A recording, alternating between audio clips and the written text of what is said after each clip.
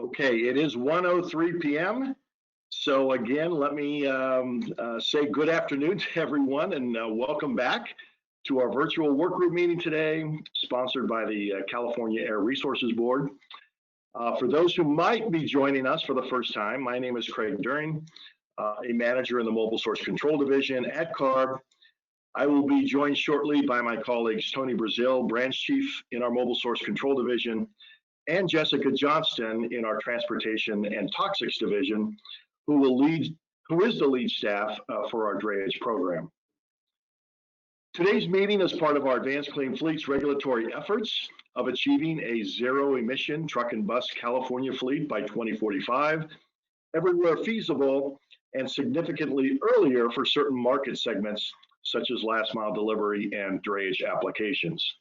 This second work group session will include a focused discussion on drayage applications, including how to transition to zero emissions, baseline population and emissions, demonstration projects, and funding opportunities, and is expected to end around 4 p.m. today. Let me remind everyone that copies of this workgroup presentation is available on our Advanced Clean Fleets website and can be accessed by clicking on the Meetings and Events link. And I'm just checking the chat box now. If we haven't done so, we will send that link out in the chat feature so you can easily access that link. I would also like to remind everyone that today's meeting is being recorded, and a copy of this recording will be made available on our website within the next day or so. For those of you who are joining us for the first time today, let me state again that the purpose of this work group session is to allow for an open and detailed discussion and to solicit your feedback for consideration in our regulatory efforts.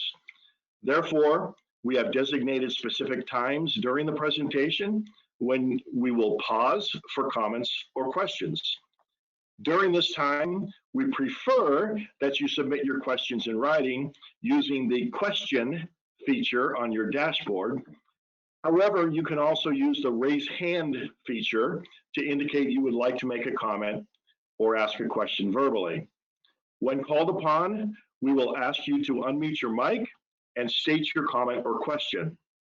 As a reminder, please include your name and affiliation when submitting your question in writing or before asking it verbally. And again, let me just say, due to the expected large number of participants, we may need to make adjustments as we review and respond to your comments and questions. This means we may not get to every single question, but our team will do our best to respond to as many relevant questions as possible. And speaking of our team, again, I would like to recognize those individuals working behind the scenes who will provide technical support and assist in responding to your questions throughout our work group session. They are Chris Franceschi, Wente Yen, Callie Bracewell, Olivia Lane, Harinder Figura, Chad Navarrete, and Garrett Schnabel. I would also like to recognize our presenters for this drayage work group session today. Jessica Johnston will be the lead presenter and will be joined by Lachey Cobley, Stephanie Kong, and Andre Freeman. Okay, with that said, let me introduce Jessica Johnston, who will kick off this afternoon's drayage work group session and walk us through our second presentation today. Jessica? Okay. Thank you so much, Craig.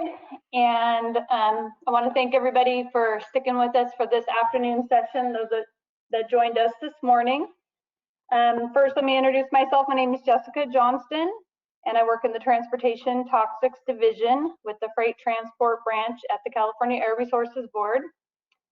And today we just have, we'll have several presenters, but we will be stopping throughout the presentation for comments and or to answer questions. So if you have any questions, feel free to send them over through the question boxes. We'll try to respond or read them out loud as we see appropriate. So with that, I just want to say good afternoon and thank you for joining us for today's drayage work group. Your input received today will help us in the development of a regulatory measure for the drayage truck sector. We would like to use this work group to walk you through our current thinking, gather input, exchange ideas, identify challenges, and then most importantly, develop solutions.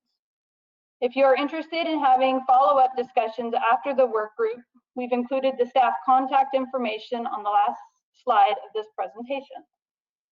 Okay, next slide. Today's agenda will cover a broad overview of the current sustainable freight policies and planning, a drayage truck regulatory concept, the drayage baseline population inventory and emissions, operational characteristics for drayage trucks, infrastructure development efforts that are currently underway, a zero-emission heavy-duty truck market overview, some funding opportunities, and then our next steps and the timeline. So although today will be a high-level overview of drayage specifically, we are planning future meetings that will do a deeper dive into other more specific topics such as infrastructure, etc. Next slide. So some of the background and planning. California's freight transport system is an important part of our economy. As the state grows, the freight system is under pressure to serve our growing population and satisfy the dynamic market demands. This has been especially challenging this year as the system has continued to deliver our essential goods despite the challenges of the COVID-19 pandemic. With the continued growth, it is essential that we continue to work toward meeting our goals of creating healthier communities by working toward better air quality through an accelerated deployment of zero-emission vehicles, increasing the sustainability of California's freight transport system, and supporting the state's economic development in the coming decades while reducing harmful pollution that affects many of our communities. Okay, next slide. So over the past few years, there's been several major planning efforts aimed to reduce emissions both statewide and in our local regions. These plans shape the overall effort to transition fleets toward cleaner, zero-emission technologies. In addition to the plans that we've highlighted here in the slide, other efforts are currently underway at several seaports and at the air districts to analyze other steps needed to promote and deploy zero-emission technologies in our communities throughout the state.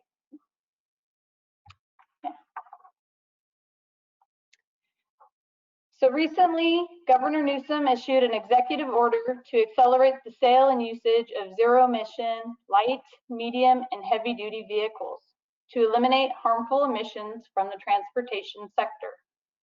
Consistent with this order, CARB is developing medium and heavy-duty vehicle regulations to increase the volume of zero-emission trucks and buses sold and operated in the state.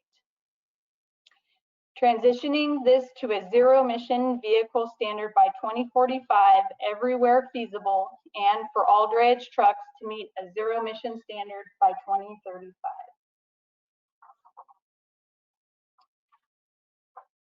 The Advanced Clean Fleets Rule is part of a suite of regulations that spur the adoption of zero-emission technologies in the medium-duty, heavy-duty, and off-road sectors. The proposed drayage concept is part of the Advanced Clean Fleets rulemaking package and builds upon other approved zero-emission regulations. This slide shows how the Advanced Clean Fleets rule, which includes drayage, fits into the current planning efforts and when it is anticipated to go to the board.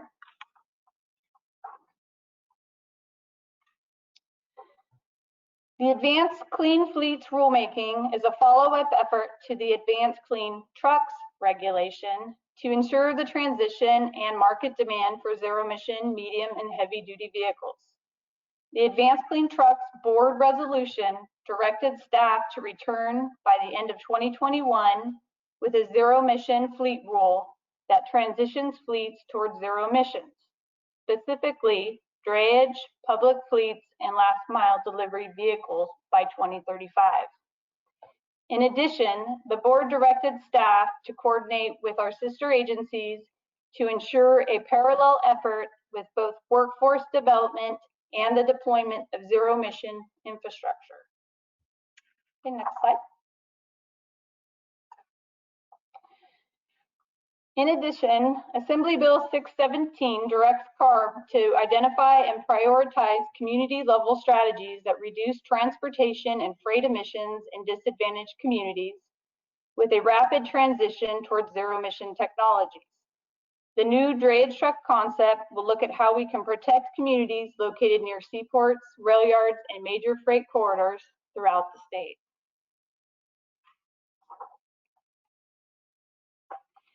In general, the term disadvantaged community refers to the areas throughout California which suffer most from the combination of economic, health, and environmental burdens. Poor air quality is both a health and environmental burden. Under the current drayage regulation passed in 2007 and then amended in 2010, all of the regulated intermodal seaports and rail yards are located within approximately 1 mile of a disadvantaged community. So before I go on to the next section, are there any questions on the previous slides?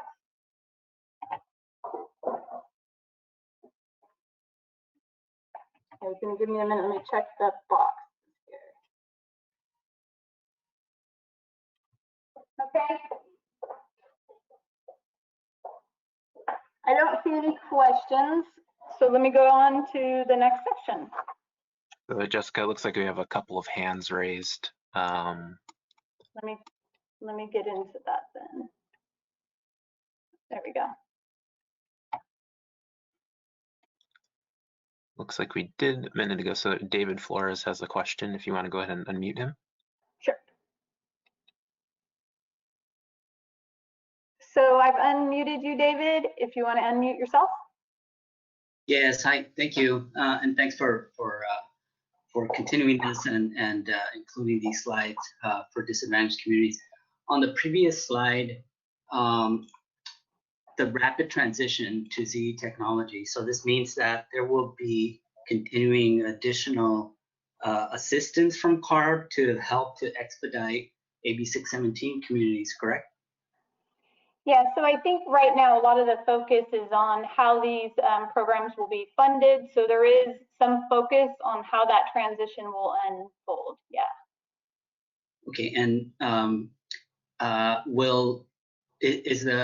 is some of the work going to be to take a look at some of the already adopted AB 617 communities to help to bring in what is advanced through this process?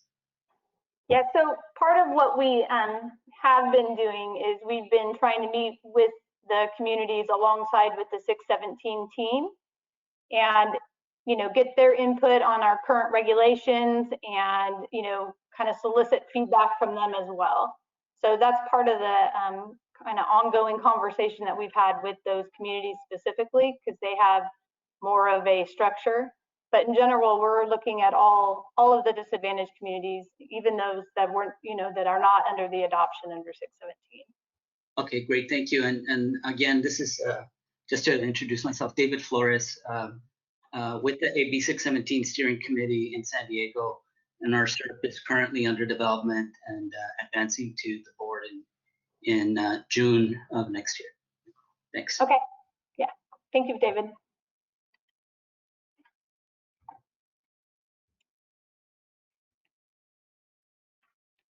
Okay. Hi, Jessica. This is Paul. We have a question in chat from Alex Pullman. So the question is, can you provide a definition of what you're considering drayage? Yeah, so we're actually going to cover what the definition is, but I'll quickly answer that. So the current definition under the rule I've included in the slide deck here, and I don't see at this time that staff is looking to expand that definition. So the current definition of drayage would most likely be consistent to what we've already adopted back in 2007. Great, thanks, Jessica. And I've scrolled down so I can see those questions. I wasn't at the right place, so. Okay. So Now I'm going to give a brief overview of the current zero-emission drayage concept. We also covered this concept in our workshop back in September, but we'll go over it one more time just to kind of reintroduce the idea of what our current thinking is. So as we highlighted above in the planning section, the overall goal for the next drayage rule will be to transition all Class 7 and 8 drayage trucks operating at California's intermodal seaports and rail yards to zero-emission technologies by 2035.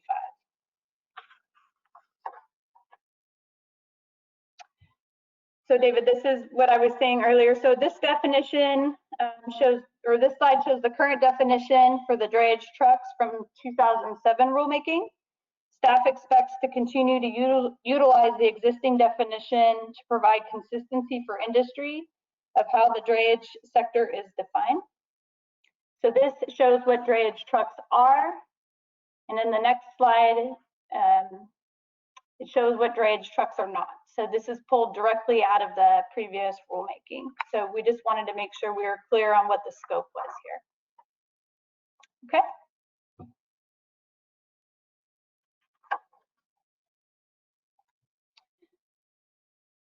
So some of the considerations for the new zero-emission drayage truck concept, staff is building off the structure and lessons learned from the existing drayage truck regulation. This concept will focus on minimizing the negative health impacts that drayage activities have on nearby communities. We will also work to align this concept with related actions being taken at the local level, such as the zero-emission drayage truck commitments made in the San Pedro Bay Ports Clean Air Action Plan and the Air District Facility-Based Mobile Source Measures or Indirect Source Rules.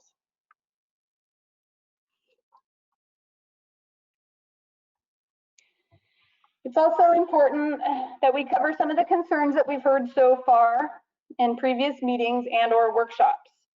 Some of those concerns we've heard so far is the importance and the availability of zero-emission technology, concerns over the cost of zero-emission technology, the need for incentives and funding to support these fleets, concerns and challenges of the infrastructure rollout and development, and the need to prioritize zero-emission technology deployments in disadvantaged communities.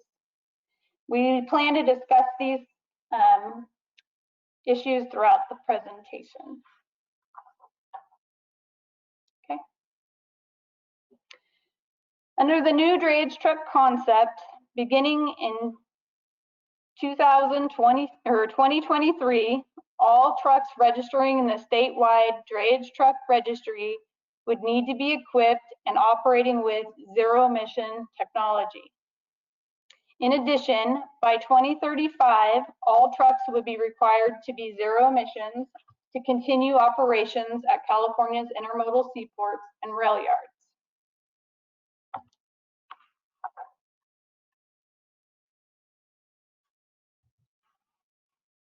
In addition to the new zero-emission truck registration requirement in 2023, staff is also considering options to transition the drayage legacy fleet. Current thinking would require trucks with engine model years older than 13 years to report their mileage annually in the CARB drayage truck registry. These trucks would be allowed to continue drayage operations until either they reach 800,000 miles or are 18 years old. This would ensure that the legacy fleet is as clean as possible and provides an additional momentum to transition the drayage trucks towards zero-emission technologies. Before we move into the next section, let's answer any questions about the previous slide. Let's see if we have any hands up. Okay, I see Ben Solmene. I will unmute you if you want to unmute yourself. Hi, this is Ben Solomoni with RNA Trucking. I do have a comment that I want you guys to consider. The slide previously where you guys talked about the different years of 2035 for the drayage truck, but then 2045 for the heavy long haul and buses. I think we all understand Mr. Newsom likes to make executive orders but not follow them. Why are the buses getting special treatment versus the drayage trucks? I think the state needs to have all their regulatory buses, which hauls through residential neighborhood, be on the same wavelength as this drayage portion. And second comment is the availability of the trucks that you guys are requiring isn't even on the market yet. People are trying to put some out, but the ones that are out right now are not able to do much except go in and out of the port just locally, but they can't do any miles. They can't sustain the heavy loads, and we can't legalize the loads that we have. So I think it's unfair to say that by 2023, there's going to be a registration issue. And this goes back to holding us accountable as the first blockade. You guys, when you guys put the first rules back into place and attack the drayage carriers because we're within supposedly 1 mile of the, the lower income places. But yet when I drive down the road and highways, I still see a bunch of trucks that are spewing black smoke, and CARB has yet to do anything in the regulatory section to pull these trucks in on the scale. There's nobody watching this outside of registering the trucks. You recently, what was it, 2019, January 1st, when they registered their vehicles, they had to be within a certain guidelines. There's people still floating around there, and there's no buddy enforcing these rules. So it's kind of unfair where you guys come after the drayage. Now, RNA Trucking does have electric trucks on order with Tesla. However, they're not being produced yet. So the timeline needs to be moved, and the buses should be on the same as drayage because they go through all these neighborhoods.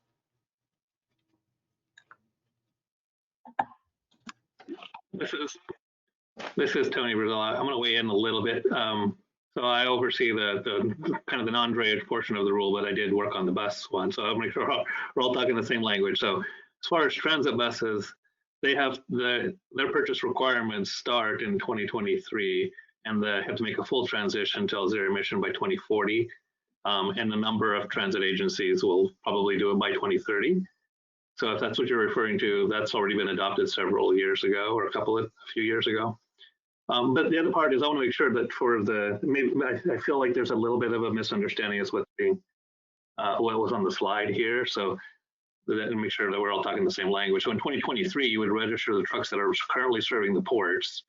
You wouldn't have to take any action to replace them until they became that 13 years or 18 years old, depending on how many miles you do. So that would be, and so 2024 is the first year that would take effect. So if your trucks don't age out, if you will, until 27 or 28, then that might be the year you're looking at. I want to make sure we're talking the same language there. So timing does matter, and yes, we do recognize that right now Volvo has a truck that I think is commercial this year. It's got certain capabilities. Tesla is, some years out still.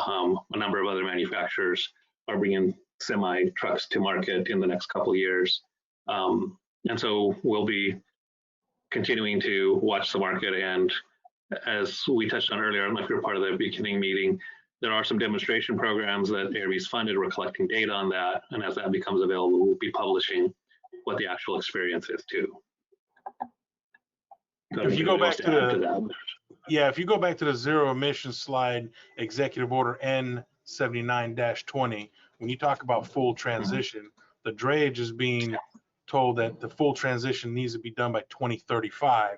But if you look at the bus, they're being given 2045, which is 22 years past the 2023 registration. So essentially those bus and the government agencies that have to figure that out get an additional time frame to plan and manage and get to it, where the drayage is just saying, we're going to do what Gavin Newsom says, 2035, that's it. We should be on the same wavelength. Those buses go through the same neighborhoods, if not more so than these drayage carriers. Yeah, right. I want to make sure everybody's on the same page. So our board adopted the transit bus regulation, I believe it's 2016. So that was 4 years ago it was adopted. And that'll get them all to zero emission roughly by 2040. Well, what this covers is there's a lot of other buses that aren't our transit buses, the public transit buses, private buses, employee buses, shuttle buses, hotels, other things. We're going to look at those as well. And even though this is the end date 2045, if we do see that there's an opportunity to electrify them sooner, we will. And just again, for rounding out the discussion, the board already approved a regulation that specifically targets airport shuttle buses, where they will be done by 2035.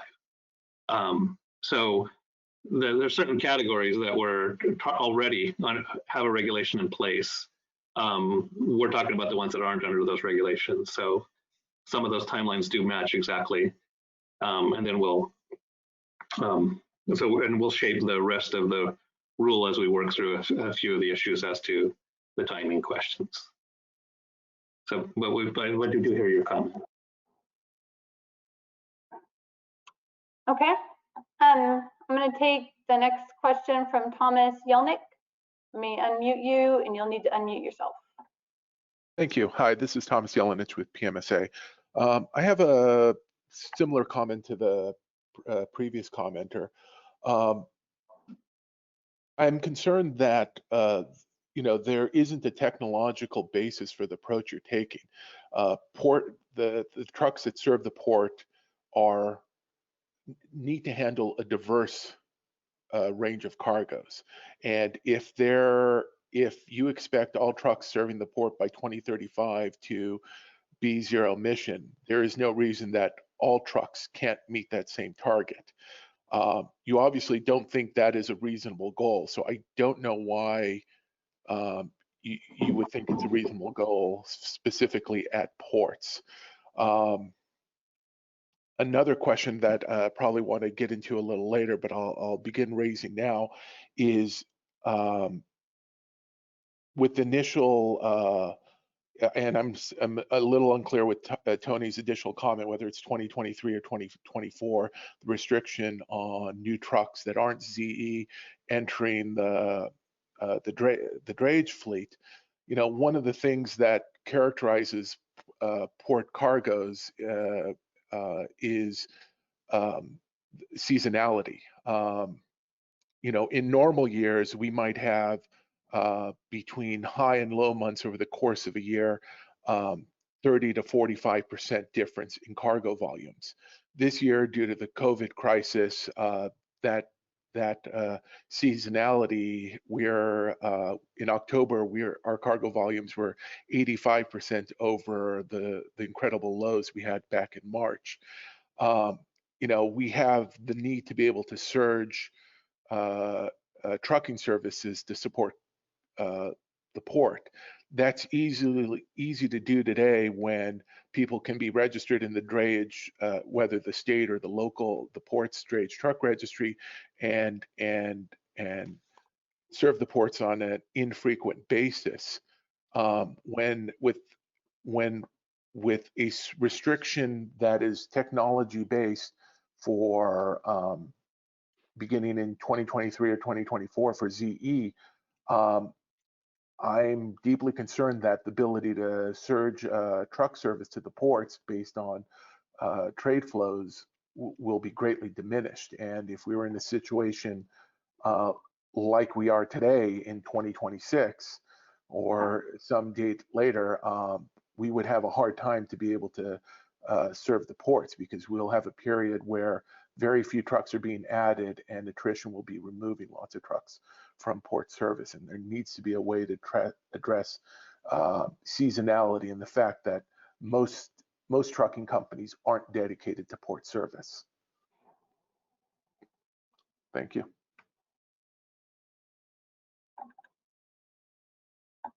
This is Tony. I'll just jump in. Yeah, I think I made a misstatement. So 2023 is the date, as you see on the slide. So when I said 24, that was a misstatement.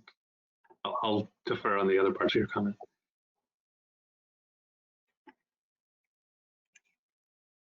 I have a little addition to this 2023 registration of electric trucks. So there's another issue here that I don't see on any of the slides where you talked about we need to address things that have already been emailed in. all the new electric trucks that are going to come to market are going to have cameras on them. And everybody knows that the longshoremen, with the contract they have, do not allow cameras that are recording on port property. Even though they don't own the property, they're just operating the property as part of their contract. So their contract renegotiation is coming up in 2022. So is this going to be addressed? Because we can't pick and choose. For example, the Tesla trucks that are supposed to be coming, they have 7 to 13 cameras on them, and they're constantly recording. We can't pick and choose how to turn them off. And we are currently having these issues when trucks go in with dash cams. You know, there's a big fuss about this. So if you're going to also implement that we need to go to zero emission trucks, and these trucks are outfitted with these different cameras for many reasons, from safety being the big part. I mean, insurance companies love dash cams too. Now the electronic trucks want to, you know, study the road and eventually get to, you know, self-driving trucks and whatnot. This needs to also be added to the table. So has anybody talked about that? Has anybody considered that? That is something that we heard before, Ben, and it's something that we'll definitely look into. It is something that was brought up, I think, previously, so it has been brought up already. Okay, I'm going to take another hands up by Bill McGavern, if you want to unmute yourself. Yes, thank you very much. And since we're in the realm of commentary on the concepts, I wanted to offer our perspective. This is Bill McGavern with the Coalition for Clean Air, and we strongly support the measures to get us to entirely zero emission fleet by 2035. And I'll note that actually before the governor included that in his executive order in September, it had already been included in a CARB board resolution. So, you know, CARB was there first, and it's great that the governor put himself behind it also. You accurately identified the adverse impacts that truck pollution from diesel trucks has been having on our port communities. And that's really why the board prioritized these trucks to turn over pretty quickly to all zero emission fleet. And I particularly want to call out our support for your legacy fleet transition concept, where the trucks, after they've reached 13, once they get to 800,000 miles or 18 years, they would no longer be compliant. And I want to point out that what you're using here, rightfully so, is the useful life definition that was put into law by SB 1. And that provision was written by the California Trucking Association. So, you know, this is how the industry defined useful life. And you're saying at the end of that useful life, then that's when it will no longer be eligible. So I think that's exactly the way to go. Thank you. Thank you, Bill. And we'll take another, I think the next hand raised we have is Kevin Brown. If you want to go ahead and unmute yourself. Hi, this is Kevin Brown with Micah. Has CARB staff modeled a potential fleet averaging program, also allowing the use of heavy-duty trucks with certified low NOx CNG engines running renewable natural gas with negative carbon intensity fuels? So I would say in general, Kevin, that the goal here is for zero emission transition. And so we have not modeled anything with a near zero or other type of emission. So right now our focus is on zero emission. It's been the directive of both the board and the governor. So that modeling has not been done. Right. The incremental benefits of going to total zero emissions might be negated if for any reason the infrastructure or the number of trucks can't be provided in the time frame between now and 2035. And wouldn't a fleet averaging program with multiple pathways allow a reduced risk Right, and that is something that we've talked about, staff has talked about, I think more due to the timeline, that looking at a two-step type transition is not something that we have, modeled or taken anything, especially because of the directive towards zero.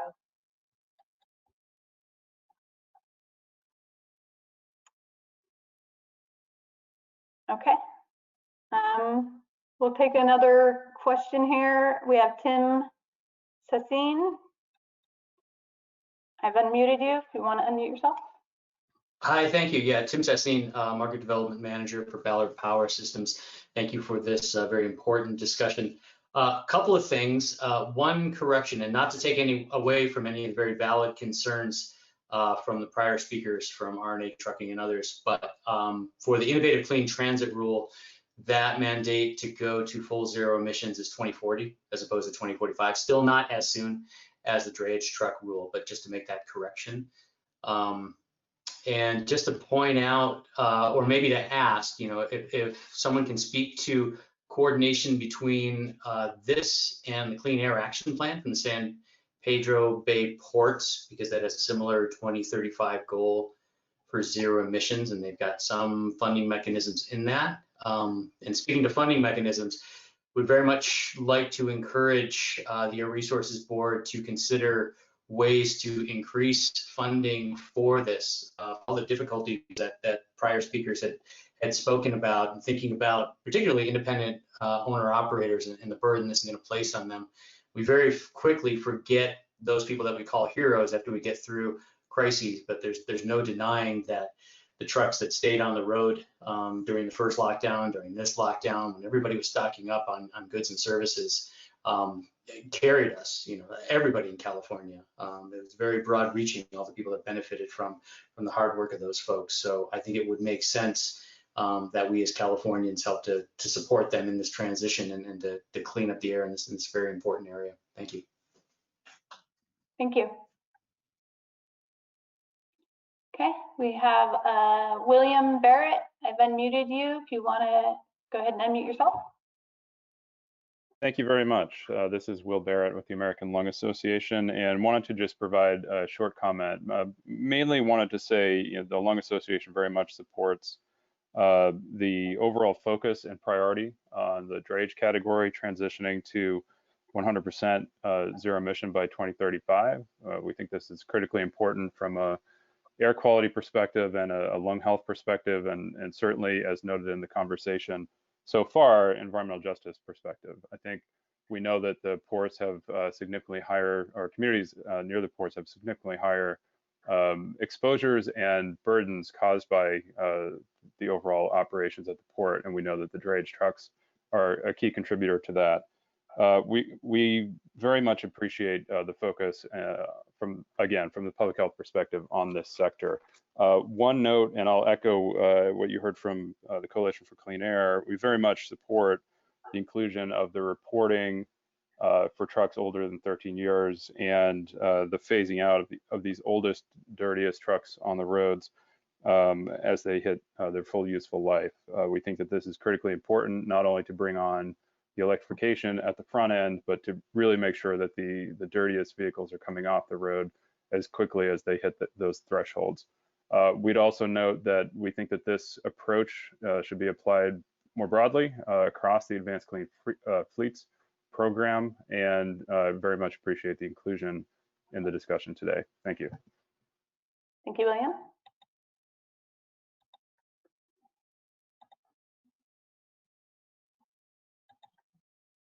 And Daniel Smith, I've unmuted you if you want to unmute yourself.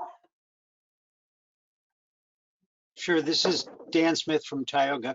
I'm a little concerned about how the definitions are being handled here. The definition that was put up earlier included bulk and break bulk operations at marine terminals. And that would include things like the trucks that deliver scrap metal to export terminals. It would include the trucks that deliver imported windmill parts, to project sites. And that's, I think, a very different fleet and a very different group of operators than those who regularly serve marine container terminals.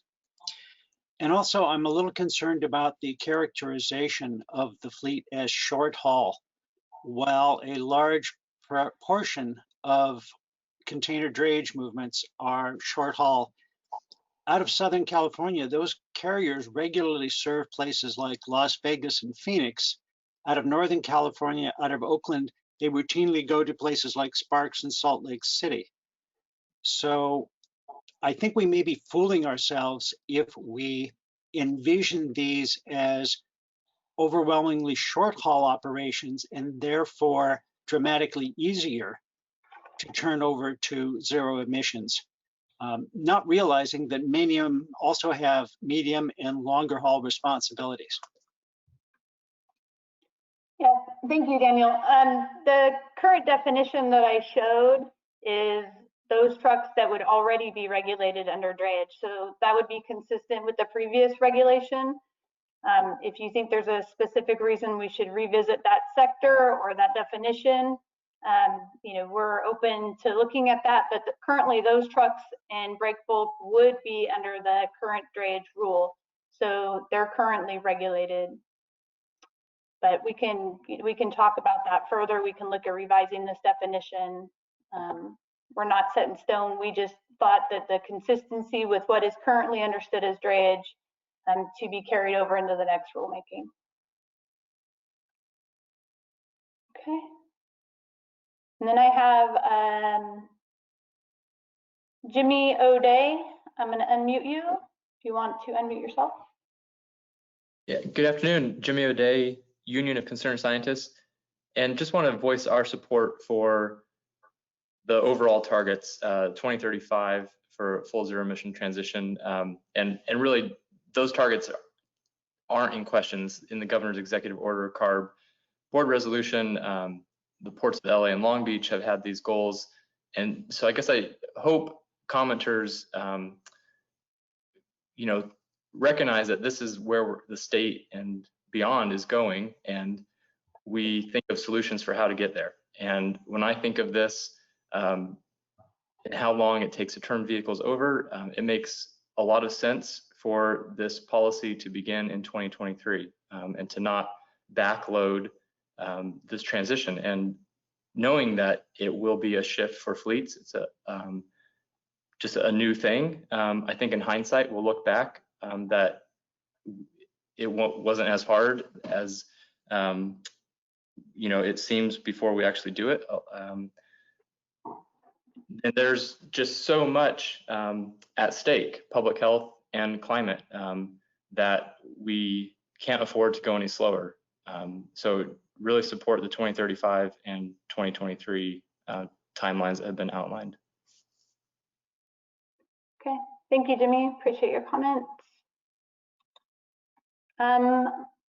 Micah Mitrowski, I'm going to unmute you if you want to unmute yourself. Yes, hi, can you hear me? Yes. Okay, great. Thank you so much for having this workshop. My name is Micah Mitrowski, speaking on behalf of the International Brotherhood of Electrical Workers, IBEW Local Union 569, and we represent over 3,400 members in San Diego and Imperial counties. And I'd like to make highlight a few overarching points. As many of our allies have noted, staff were directed by the board and the governor's executive order to transition the drayage fleet to zero emission by 2035. And these goals can and must be met. And we fully support CARB's proposal to transition all drayage trucks operating at intermodal seaports or rail yards to zero emission by 2035. Additionally, cleaning up toxic air pollution at ports, rail yards, and associated warehouses must be among the highest priorities of this rule. And in fact, we believe it is very achievable for ports to leapfrog directly to a zero emission vehicle majority fleet in the early 2020s. And finally, we know low road labor practices and misclassification are widespread in trucking. We urge CARB to craft a rule that holds the controlling corporations accountable. Environmental justice, community health, and lifting up workers and working families must be at the core of this regulation. We know this is achievable, and we urge CARB to prioritize these key elements in creating this rule. Thank you. Thank you, Micah.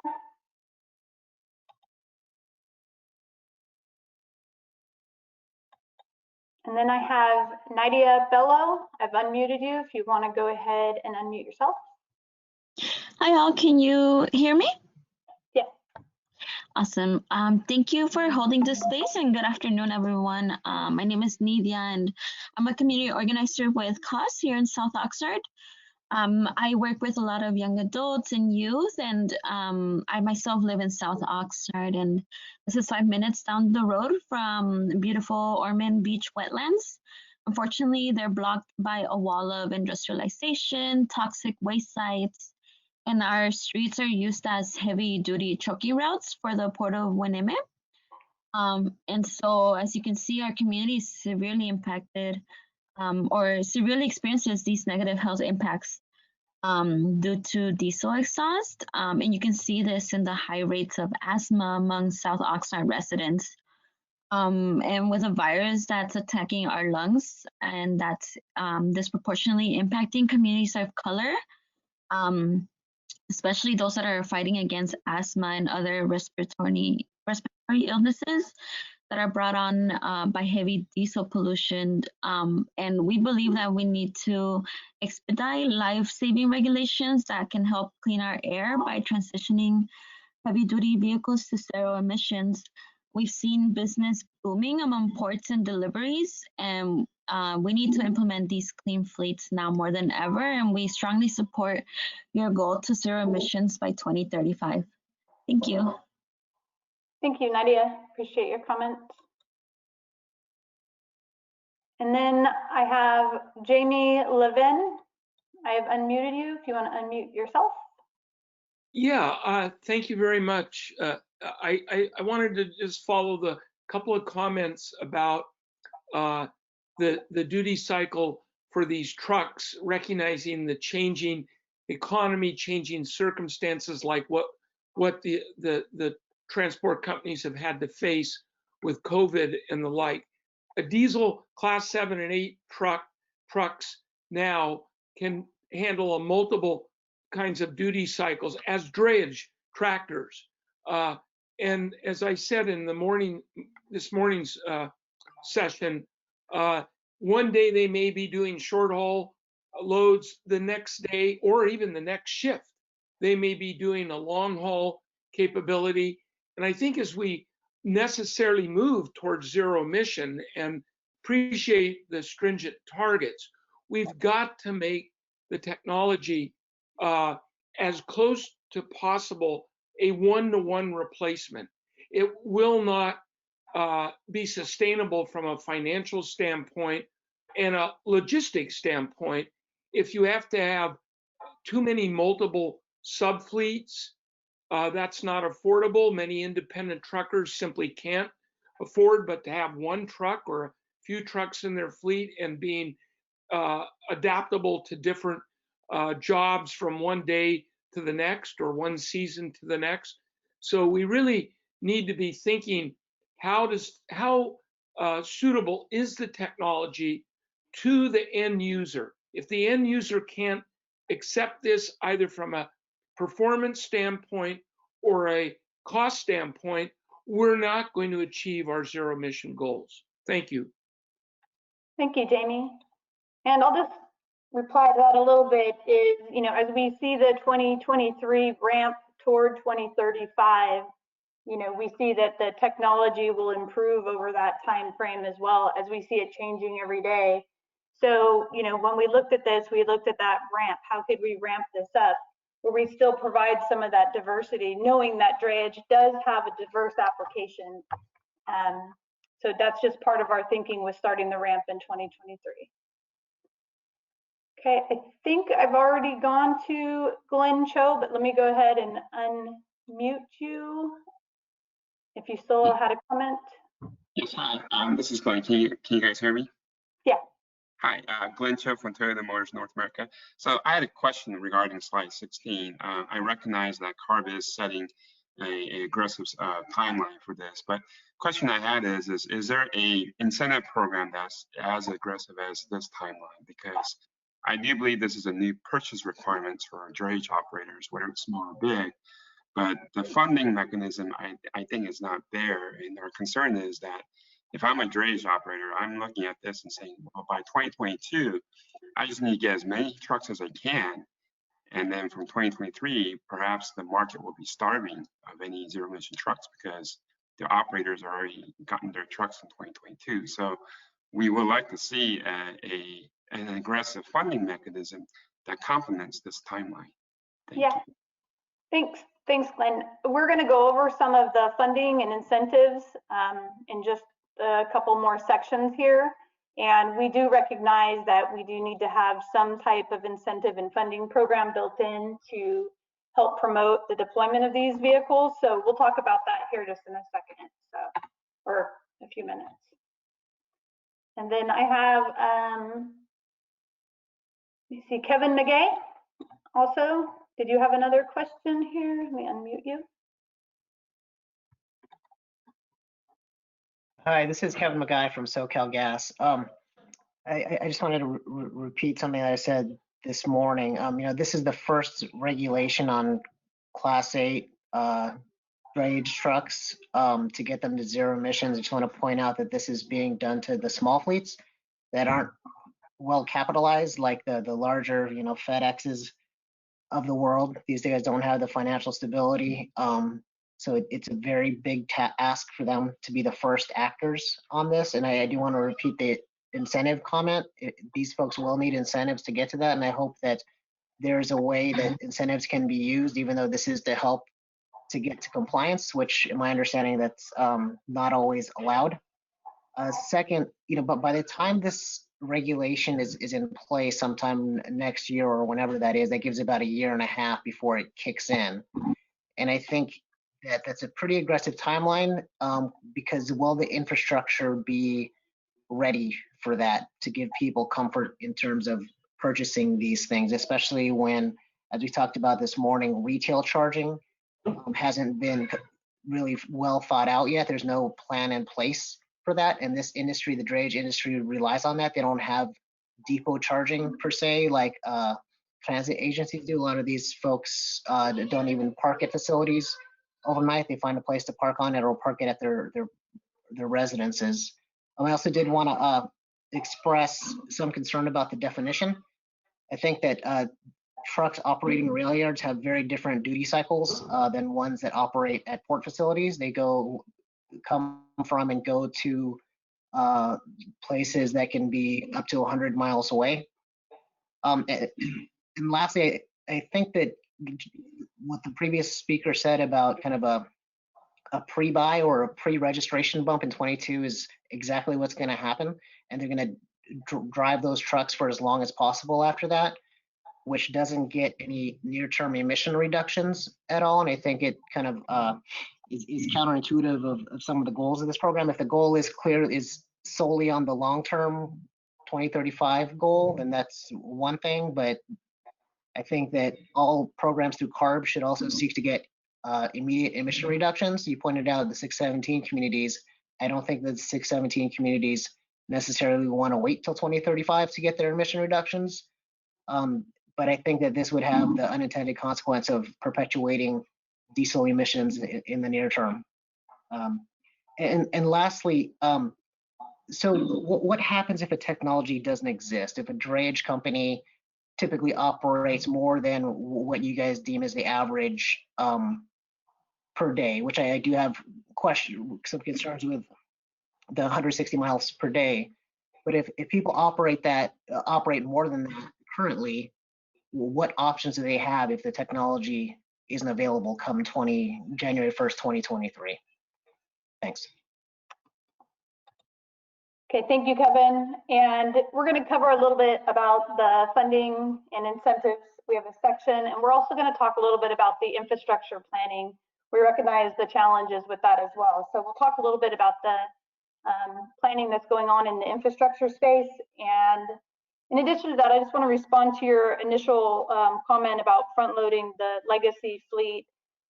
And we're concerned about that as well. However, there's kind of two backstops, so to speak. There's the 13 years or the 800,000 miles to ensure that we don't have those older trucks. In addition to, we have that 2035, zero emission cutoff date. So we're looking at both sides of that and how we would deal with that. And we're also looking at some of the, concerns with, having those trucks put to the registry earlier than that. So anyway, thank you. Appreciate those comments. Did we have any comments that we needed to respond to in the questions section? Paul? Yeah, Jessica, I think we have a couple of questions relating to the definition of drayage. So if we can go back to that slide. Sure. And I would just also mention again, for folks that think that, we use this definition for previous regulation, that if we modified it in certain ways, it would help for clarifying for the folks out here who have to comply with this regulation. If you do have ideas as we put out draft language or these slides that we have up now, we'd love to hear your specific feedback on how we might change wording. If there needs to be additional definition on the activities that certain trucks do or weight classes and what have you. We'd love to really get into the specifics of how to make this a clear and concise definition for people to understand. So the first question related to this is from Peter Okarowski. He asked, please clarify whether or not yard hostlers, which exclusively move containers within a yard, are considered drayage trucks. Those would not be considered drayage. They're not currently under the drayage definition. Like you said, subject to change, but no, not yard hostlers. Those are off-road.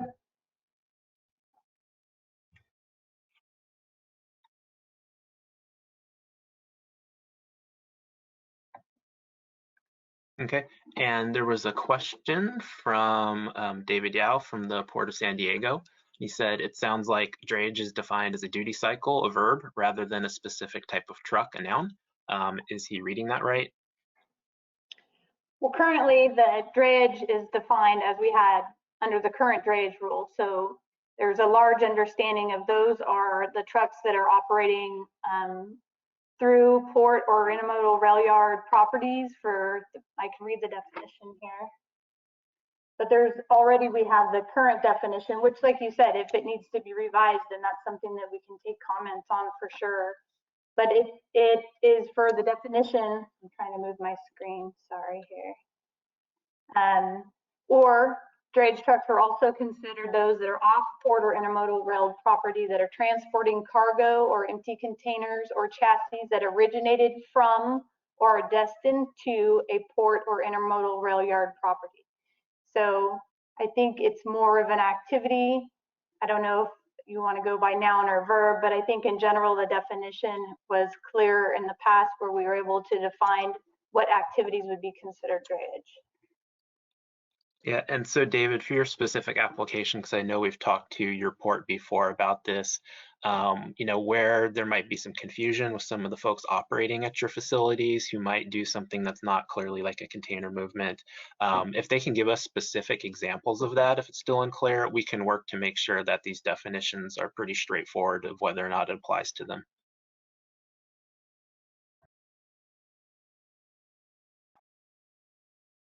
Okay.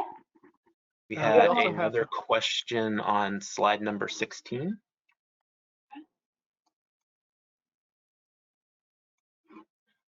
So Peter Okarowski asked, does this apply only to newly manufactured drayage trucks?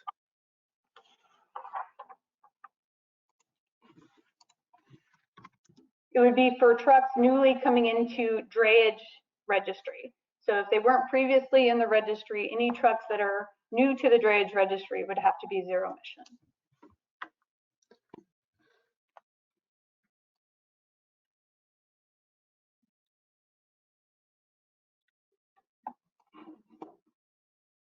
Okay, we had another question from Phil Gibbons from the Port of San Diego. Can you comment on why the start date is 2023 when the Advanced Clean Truck Regulation doesn't require sales until 2024? Yes, that is a really good question. So part of our thinking is the current drayage rule sunsets essentially at the end of 2022. So At that point, the trucks would have to be a 2010 or newer engine beginning in 2023, and then they would fall under the current truck and bus regulation. 2023 would provide consistency after the current drayage rule sunsets. So 2023 is the earliest time we thought that we could actually look at implementation and also provide that parallel effort with the current drayage rule expiring. And this is Tony Brazil. I can add just a little to that is, so even though the sales requirement does not begin until the 2024 model year, manufacturers can get credit towards meeting that 24 deadline with trucks they produce starting in 2021. And we are aware of a number of manufacturers that plan to have trucks commercially available well before 2024. Okay. Thanks, Tony. And we have another question from David Flores. He said, can you explain again the huge negative impact to frontline communities adjacent to the ports? So I guess I'll go ahead and handle this. So David, in the upcoming section of the presentation, we talk about some of the emissions produced from the vehicle. So we'll get into that a little bit. But in the past, CARB has also done a lot of health risk assessment work that goes to quantify the direct near source impact that these vehicles and the emissions have on nearby communities. So we can definitely integrate that detailed information into our future presentations, but we definitely have some emissions analysis coming up in the next section. Yeah, in addition, I think there's also being work completed by CARB for those communities. So there's some emissions inventory work being done on the communities specifically as well. Okay. I see one more hand up. I have Lucia Marquez. I'm going to unmute you if you want to go ahead and unmute yourself. Hi, good afternoon. My name is Lucia Marquez, a policy advocate with CAUSE based in the Central Coast. You heard earlier from my colleague Nidia that we fully support your goal to transition drayage fleets to zero emissions by 2035. With that being said, we wanted to make sure that the misclassification of truck drivers as independent contractors is part of this conversation as well. You know, really small fleets are under control of authority of larger firms. And so regulations must hold those controlling companies accountable as well. A rule like this could fully support electrification, but also improve labor conditions and standards. The rule should also include requirements for retirement of the oldest, dirtiest diesel trucks to ensure emissions are reduced. And like communities like South Oxnard, we have some of the highest levels of diesel exhaust. I think we're in the 80th percentile, where we have cumulative impacts, not just from our port, but even warehouses being built in our communities, and then also just other heavy pollution from other heavy industrialization. And so trying to address emissions in all those different ways is really important. Okay, thank you, Lucia.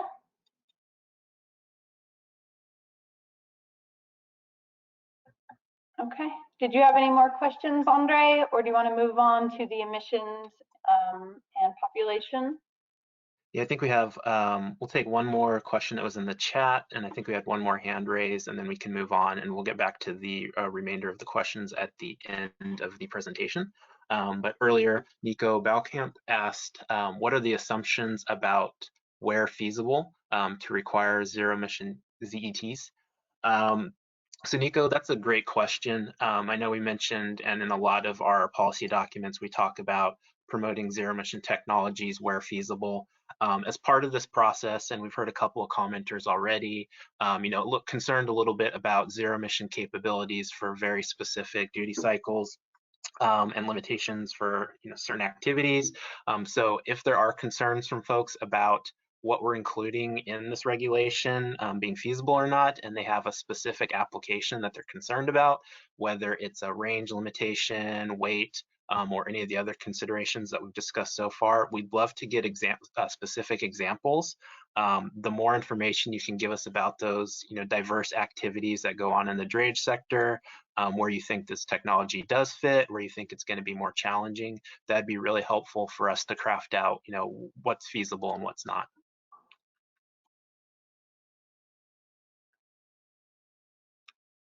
Okay, I think we could take the last hand raise from Mark Miller. Okay. Mark, I went ahead and unmuted you if you want to unmute yourself. Yes, good afternoon, Mark Miller, excuse me, Mark Miller, Volvo Group. It's not entirely clear to me whether or not through this concept that purchasers of new zero-emission vehicles for this drayage application would be able to get HVIP incentives. It's not really the way you're laying it out necessarily a purchase mandate, which would lead me to believe that they could, but it is a requirement that to be on the drayage truck registry, it would have to be zero emission by a certain date. So I'm not really sure if incentive funding will be available or not. Have you looked at that? Yeah, so we have been working closely with our incentive groups and the funding and have shared the concept and how that would fit in with the drayage application and the drayage timeline. So I think that conversation is being had, and we're going to show a little bit about those incentives here in the next couple sections. So we'll go over that, Mark. If you still have questions, you can, we'll bring it up one more time. All right, thank you. We'll cover that shortly. Thank you. Okay, and with that, I would like to turn the presentation over to Stephanie Kong with our Air Quality Planning and Science Division for an overview of the baseline drayage population inventory and the emissions updates to the emission factor modeling effort, otherwise known as MFAC 2020X. Stephanie? Hi, thank you, Jessica. I'm Stephanie. I'm with the On-Road Model Development section of the Mobile Source Analysis branch. So today I'll give a brief overview of the modeling aspect of drayage truck baseline activity and emission in the latest version of MFAC model, which is also known as MFAC 2020X at the moment, and this will be released in the next couple months. Next slide, please.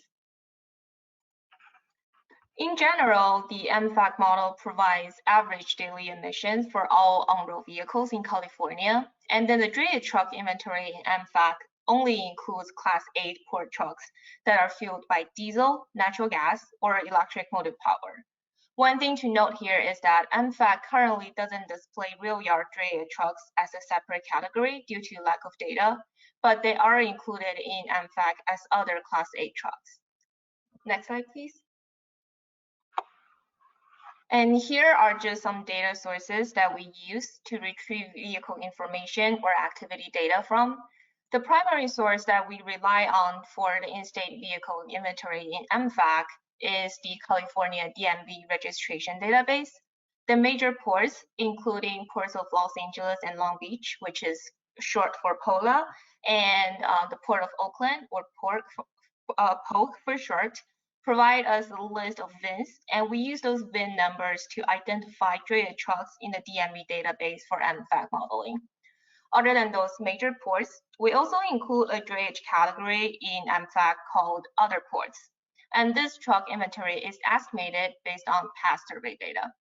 In terms of drayage trucks with out-of-state registration, they are not included as the drayage category in MFAC, but they are accounted for as out-of-state trucks. And this will be discussed more on the following slide. Next slide, please. The upcoming version of MFAC to be released by early next year will include updated accrual rates or vehicle miles traveled information based on data from the telematics of Geotab, and then also the 2018 Caltrans vehicle in use survey results.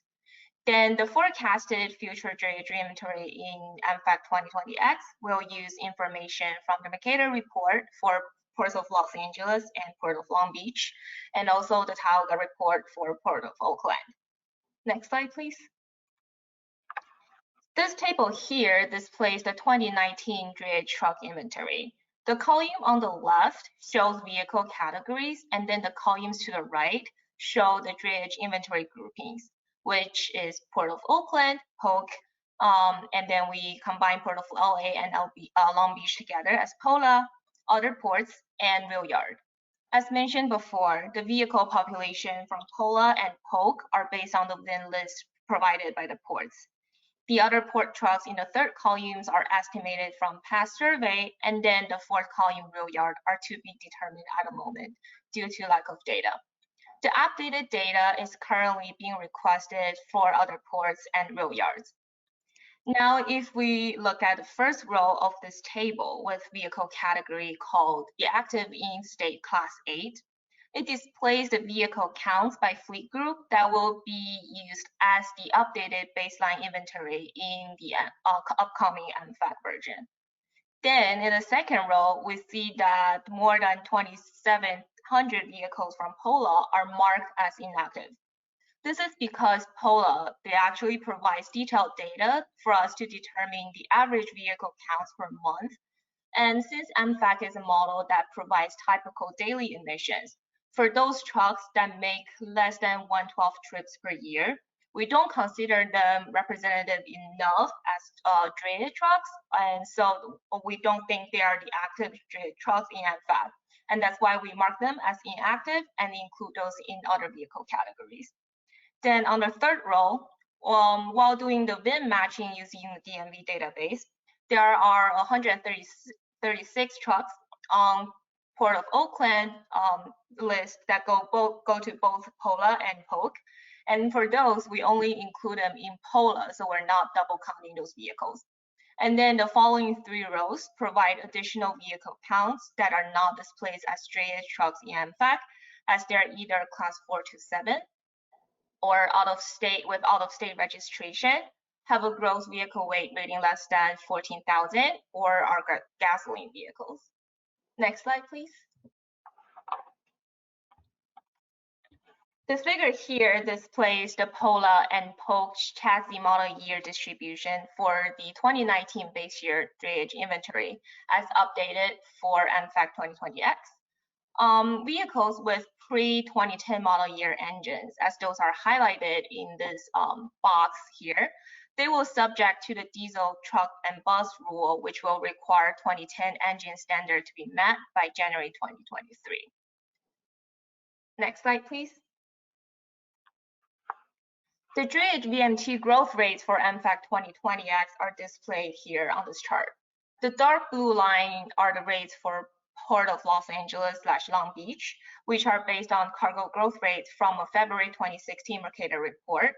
The yellow line are the rates for the Port of Oakland, which are based on the cargo growth rates from a May 2020 Tioga report.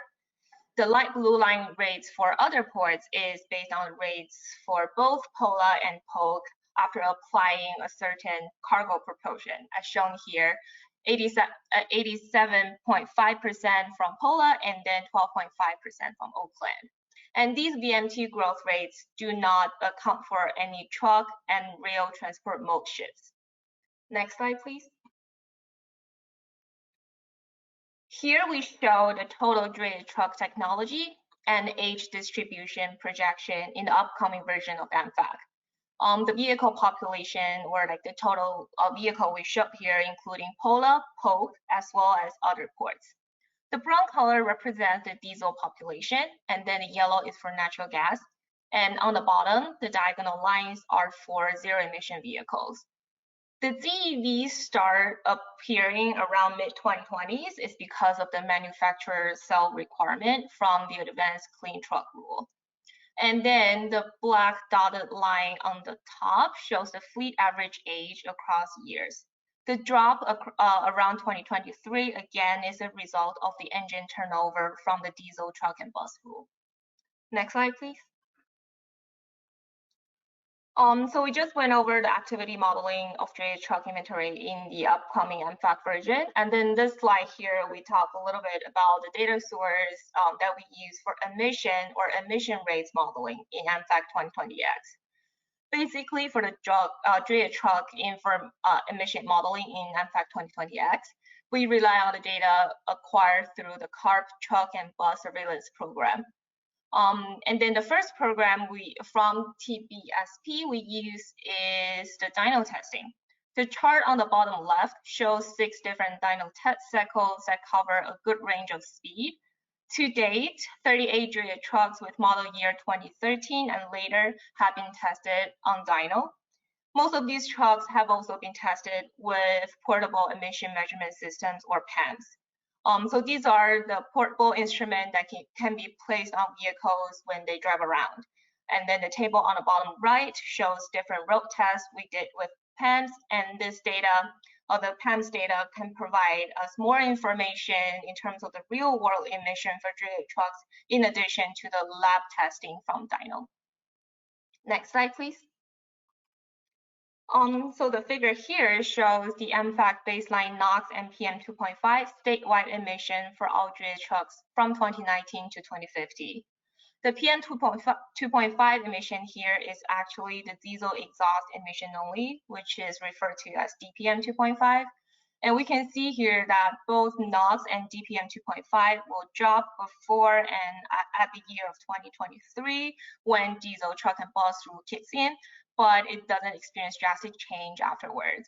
Here we also highlighted some years with important state implementation plan containment goals here.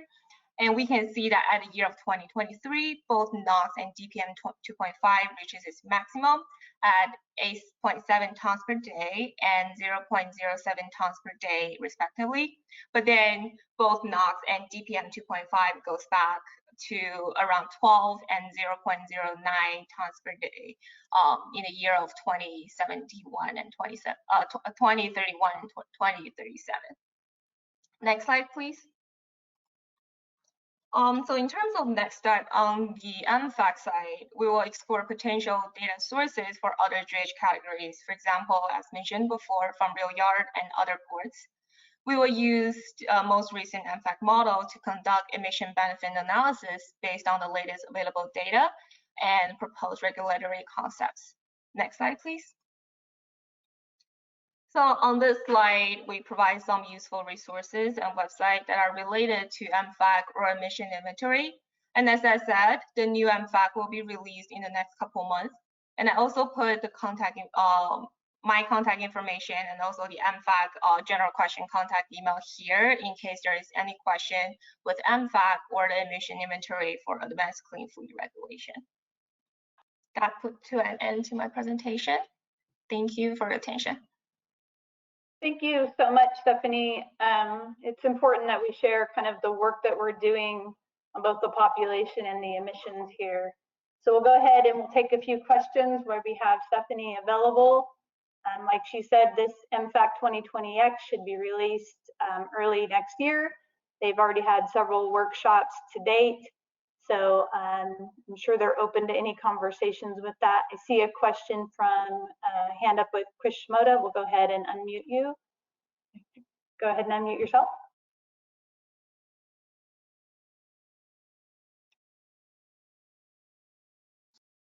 No, thanks. This is Chris Shimoda, California Trucking Association. So question on slide 27 and the work that you're doing to update MFAC.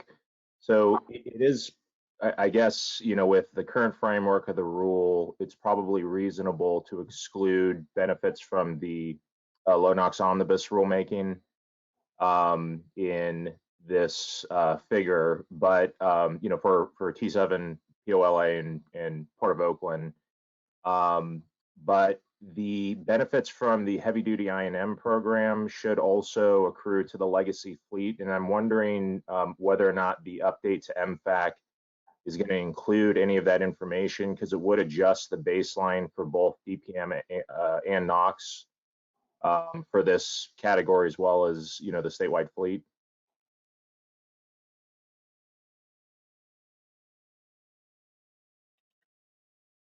That's a good question, but currently I don't have like a direct answer to that, just because the MFAC is still being updated at the moment, and a lot of different regulation, different parts are being added to the model. But I'm happy to like send my answer to Jessica later, and maybe she can direct you to a more complete, detailed answer later as well. Yeah, that's definitely something we should look at, and for the continued modeling to see what this model does include as far as future regulations. Yeah, this is Tony. I'm good. Chris, you're referring to a future regulation that's not adopted yet, correct?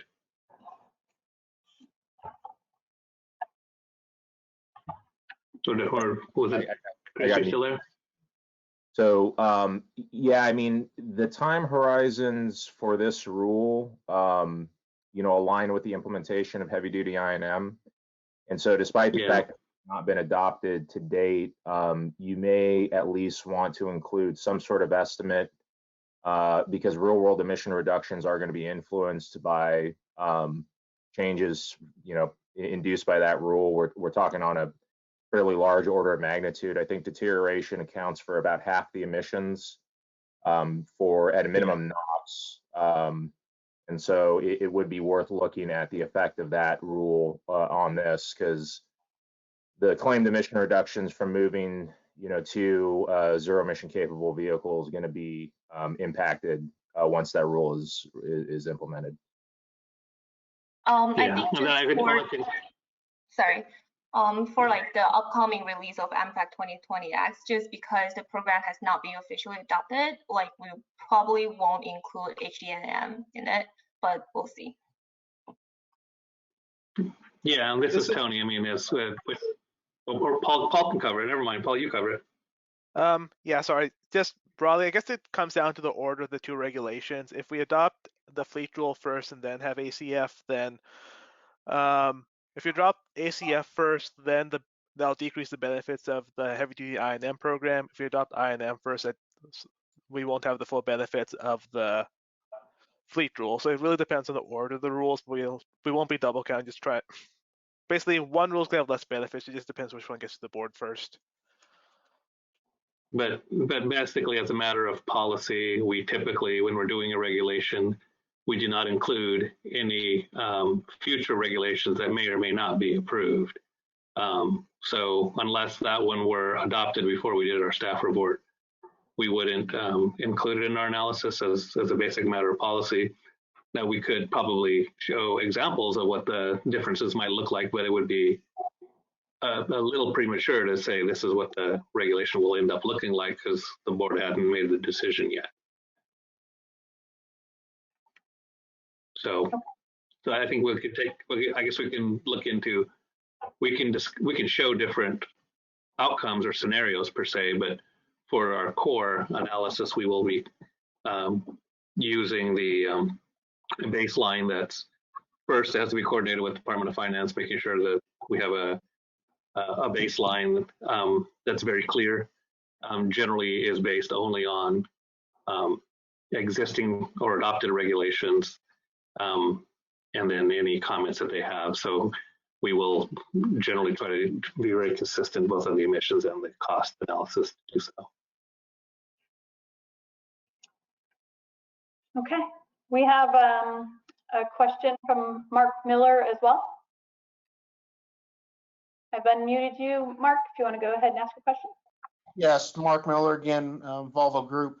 I'm just wondering, have you guys modeled the expected turnover year by year yet? I would have expected to see that here, but I think for this presentation, Mark, we just did the baseline. So the next step would be to take the concept and model that as we would expect that turnover. But right now we're just talking baselines and just laying out the current concept.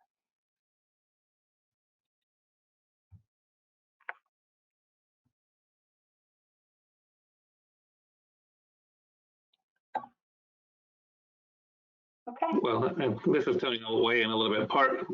One of the reasons for that too is that the drayage fleet will be obviously the ones that we're talking about today, serving the ports and so on, but they will ultimately fit in within the context of the broader rule as well, just like today, truck and bus and drayage truck rule kind of work together. And so I think that's what some of those questions are. Do we model drayage completely by itself, or as part of what's going to happen in the state and in the region, or both? So there's some questions to be answered on what we show or how we show it.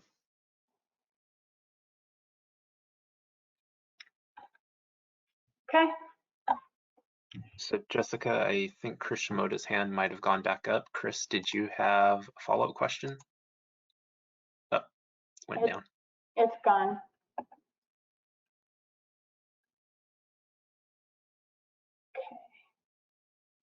Looks like we have another question from Thomas Yelnick.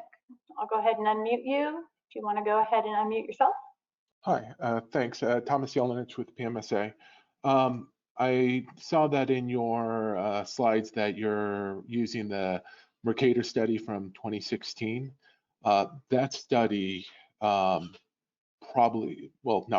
definitely should not be used as a growth forecast. It is very out of date. That forecast established 3 different growth scenarios, a high, medium, and low. Each one of those, it was bounded, had an upper and lower bound. We are now well below the lower bound of the low growth forecast. So we're not even within the incredibly wide projected range they established. We're not even in there. And I'm not sure what components you're using of that study to apply to other ports, but I'm not sure that study would be applicable in any way to any other California port. And so, unless you're using, without knowing more about how you're using it for other ports, it's probably just inappropriate to use in that way. So Thomas, do you have something that you could provide that could probably, maybe have capture the more current outlook at this time, or is there, some sort of study you can point us to? Right now, I think there's a lot of uncertainty.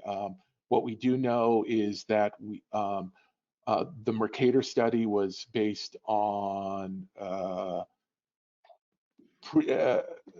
estimates of LA Long Beach's market share that has since declined substantially since that report has been prepared. A lot of cargo has been lost to East Coast and Gulf Coast ports. Nobody has yet undertaken a new study, but if you're using that study, you're going to be overestimating by at least 30% what the VMT is from ports. So I don't have anything better, and I'd be happy to work with you on something better, and maybe the ports themselves can provide some guidance here, but the Mercator study is just not valid any longer. Okay, that's something we can look into. Thank you.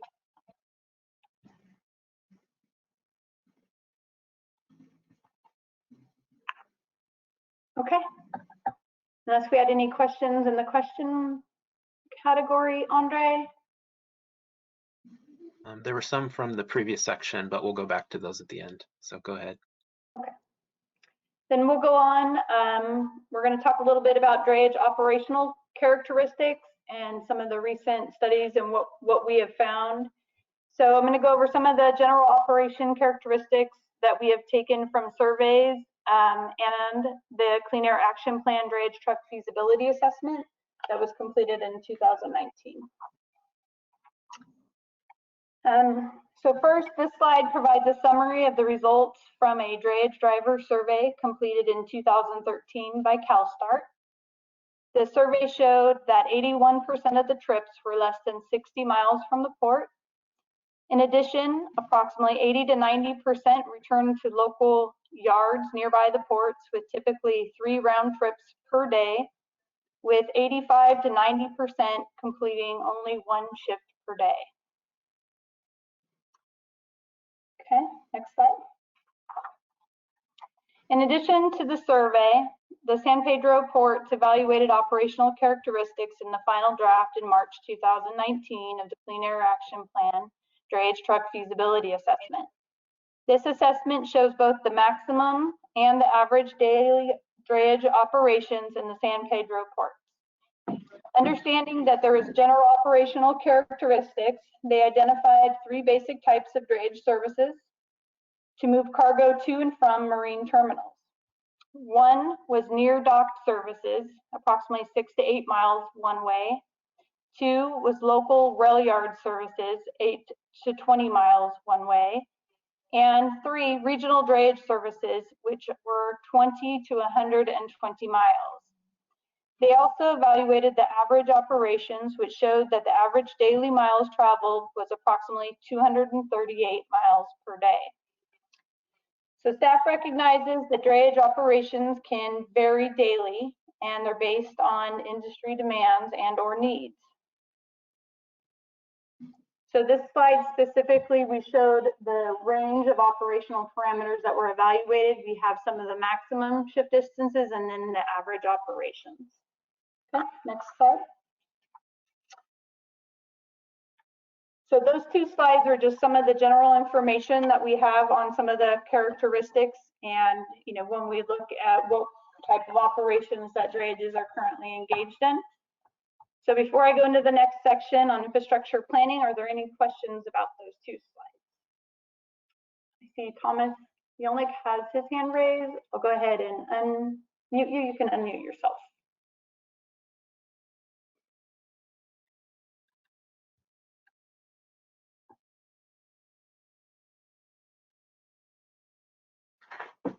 Okay.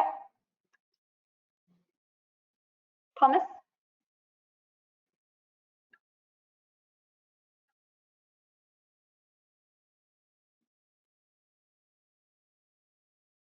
Okay, looks like he's still muted. We can come back to him later. I'm going to go on through the infrastructure planning. So in the next section, I'm going to go over some of the current infrastructure planning, funding, and research efforts that are underway. So there's a coordinated effort with the California Air Resources Board, the California Energy Commission, and the California Public Utility Commission, along with the Governor's Office of Business and Economic Development, otherwise known as GoBiz. These agencies are working together to ensure a successful rollout of the zero-emission infrastructure to meet California's zero-emission transportation goals.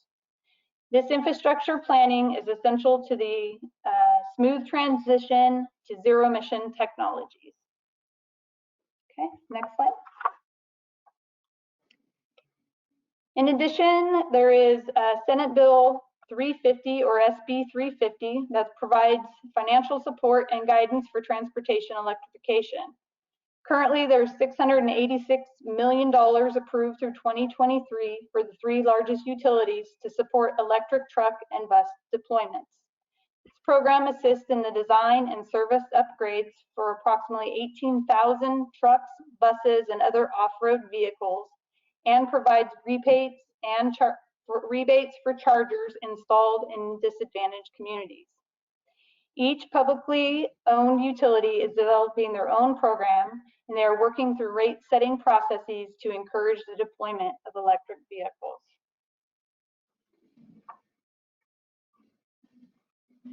Other infrastructure planning. This slide shows the recent study completed by the UCLA Luskin Center for Innovation in 2019, looking at the charger infrastructure strategies to maximize the deployment of electric drayage trucks in Southern California.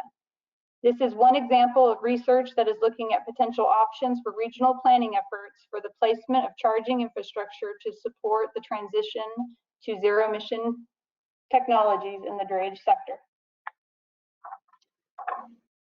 Okay, so with that, I'm going to stop and we'll see if we have any questions. Both of those, the infrastructure planning, we just wanted to point out that there's a lot of work being done in that space. Most likely we will have a infrastructure specific work group that will discuss some of the opportunities and the planning efforts that are going on. We'll invite some of the sister agencies to participate in that. We understand that that is a huge piece of the success of this regulation. So we just wanted to point out that there's already a lot of work being done and some funding that's being provided in that area. Okay, I don't see any hands raised. Did you have any questions, Andre? Yeah, we'll start with one that I missed from Anne McQueen. It's on slide 31, if we can go back there quickly. Sure. So Anne McQueen with York Engineering asked, the purpose of the Advanced Clean Truck Survey is to collect data that is analogous to slide 31, which is for 2013 and is outdated. It is essential that Drayage Truck Survey be conducted in parallel with the general Advanced Clean Truck Survey to update the information to 2020 and to provide more detail than is also listed in slide number 32.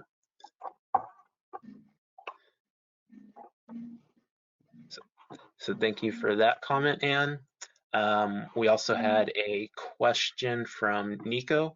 He said, did the drayage truck study also inquire and consider how these trucks are used in other ways than for drayage only? Also, did the study attempt to investigate what previous lives of current trucks in use were and what use was afterwards? So in the 2013 CalSTART study, that was specifically for drayage owners and operators, so it was drayage specific.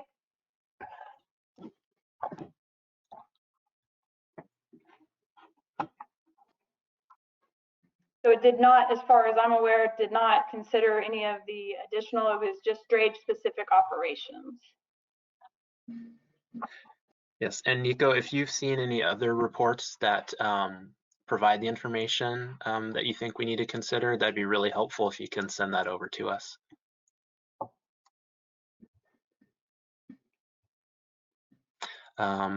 David Yao had a question about, let's see, can you provide a little more detail about the role that the California Governor's Office of Business and Economic Development is playing in the rollout of the regulation? So I'll go ahead and take that one. So we've listed a couple of the many state agencies here that are all coordinating together to figure out how to make the wide variety of light, medium, and heavy duty zero emission infrastructure happen.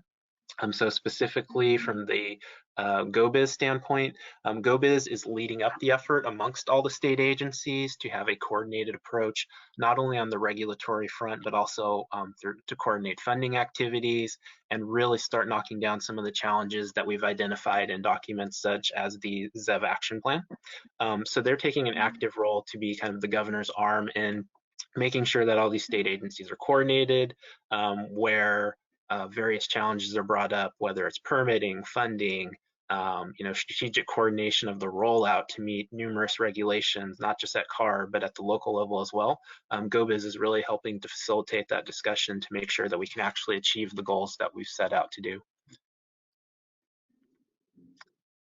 Another question from David Yao. Can you invite State Lands Commission to the interagency coordination group that Jessica is mentioning convening? So I would say, when we talked about infrastructure, we plan to have another open forum to have people be part of that discussion. We recognize that there's probably going to be a lot of interest across the board when we're talking about all infrastructure needed for medium and heavy duty trucking sector. So we'll definitely keep that in mind. And if you can provide us some specific contacts from the State's Lands Commission that you think we should reach out to, we'd be happy to do that.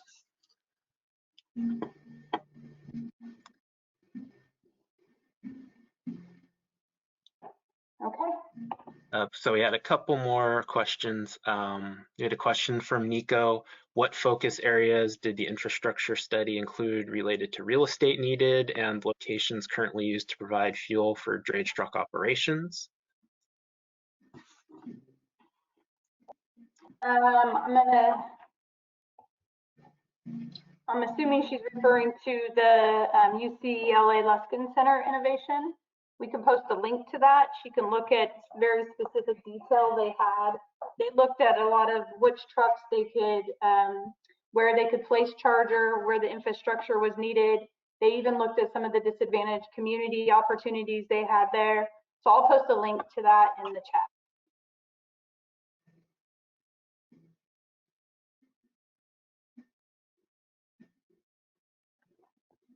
Okay, and Leslie Goodbody also pointed out a very important point to make. I think a lot of the discussion that we've had today has focused on some of the plug-in battery electric infrastructure considerations. I think a lot of the utilities have been working with us on that, but we are also looking at the infrastructure necessary for fuel cell trucking. So when we talk about zero emission infrastructure meetings and the coordination that's happening through GoBiz and others, we're definitely looking at all zero emission technologies and the supporting infrastructure needs. Okay, I think, oh, there's one more question from Nico. Scroll down. Yes, previous comments in advanced clean truck regulatory development process indicated that many trucks end up in drayage as an end-of-life application. This is just comment, so thank you for that comment, Nico. And I think that's it, so we can move on to the next section. Okay. Now I'll return the presentation to Lashe Cobley with the Transportation Toxics Division to provide an overview of the zero-emission truck market and funding opportunities, as well as some information that she has gleaned from the demonstration project. So, Thanks, Jessica. Can everyone hear me okay? Yes. Okay. I'm going to start this market overview section by briefly covering the current state of technology for zero-emission drayage trucks. I will go over how CARB has engaged in accelerating the next generation of drayage technology through its demonstration and pilot projects. I will also give a high-level synopsis of how the low-carbon fuel standard serves as a market incentive.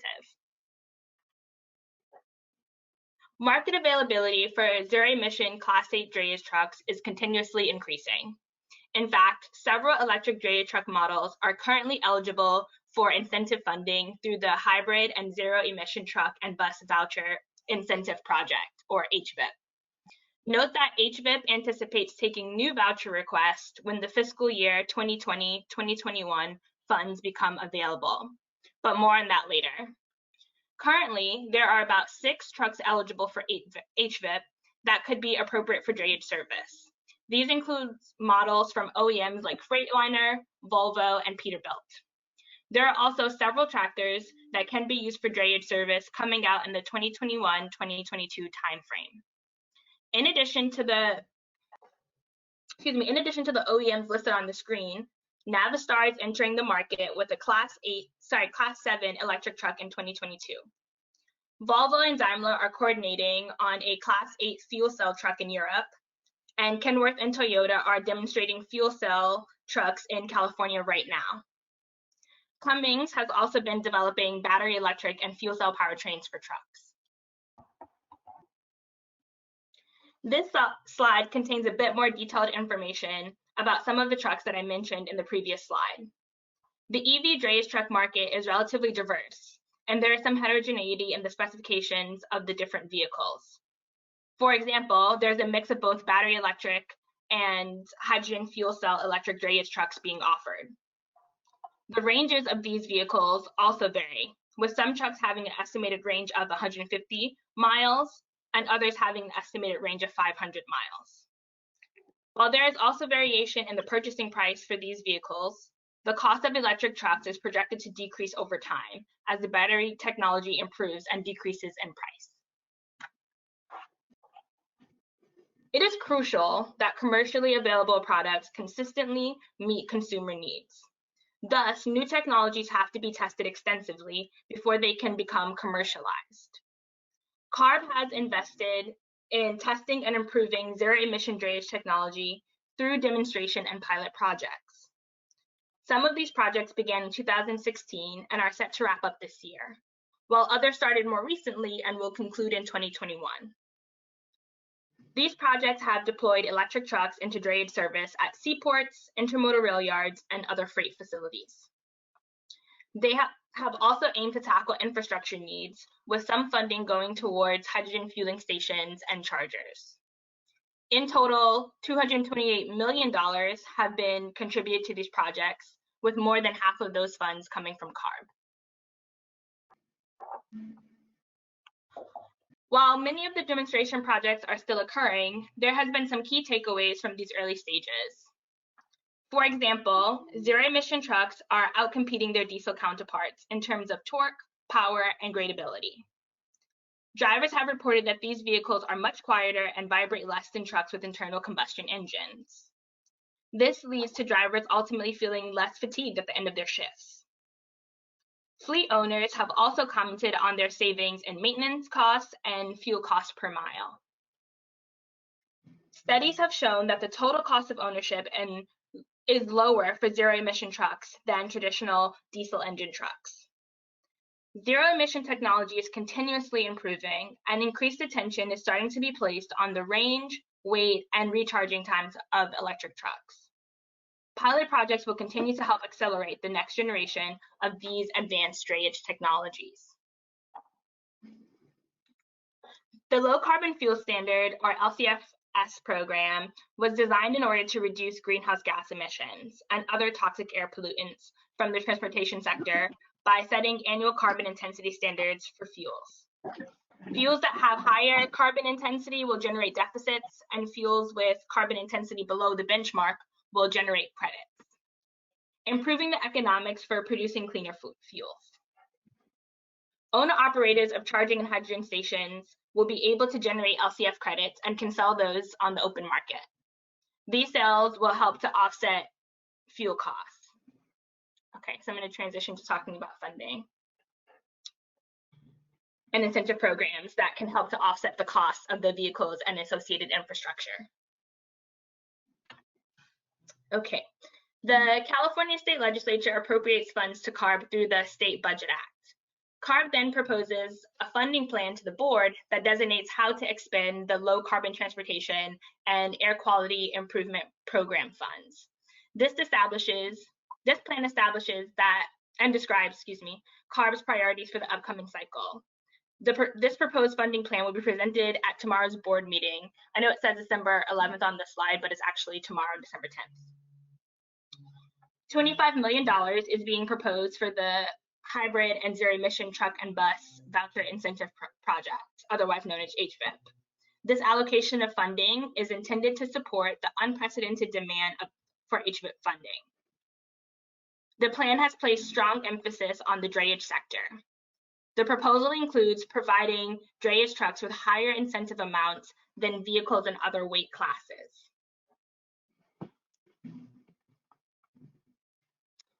CARB also provides additional funding for electric trucks outside of HVIP. For example, CARB and the California Energy Commission recently announced a joint solicitation. $44.1 million is available through the zero-emission drayage truck and infrastructure pilot project. CARB will allot funds towards the purchase of zero-emission Class 8 trucks, and CEC will support zero-emission vehicle infrastructure and installation, and workforce training and development. More information about the solicitation can be found at the website link at the bottom of this slide. Finally, there are other sources of funding that can help to offset purchase price of zero-emission trucks. These include incentives from projects such as the Carl Moyer program and from the Community Air Protection Program and many others. There's also funding available from local air districts and seaports. Okay, so we've covered a lot of ground throughout this presentation, and hopefully we all have a better understanding of the proposed concept for drayage requirements. A lot of work still needs to be done before we can take this rule to the board. We intend to continue meeting with fleets and stakeholders to ensure that we're on target. We will also continue our interagency coordination efforts for infrastructure. We also intend to collect and analyze fleet turnover rates and mileage, and your assistance with gathering this data will be much appreciated. In terms of timeline, we're planning to have another Advanced Clean Fleet workshop in early 2021. As Jessica mentioned earlier, the Drayage Concept is one component of the larger Advanced Clean Fleet rulemaking. We anticipate that ACF will go to the board in December of next year, and that implementation will likely begin in 2023. Okay, any questions on the sections that I just presented on? Yeah, thank you, Lachey. That was a lot of information. And I know that there was a lot of questions that we have addressed previously that we said we would table till now. So let's go ahead and take some of those questions on some of the funding programs. And thanks for pointing out that the board hearing will be tomorrow for those that are interested and want to participate. So I have one question from Thomas Yelnick. Let me go ahead and unmute you. Go ahead.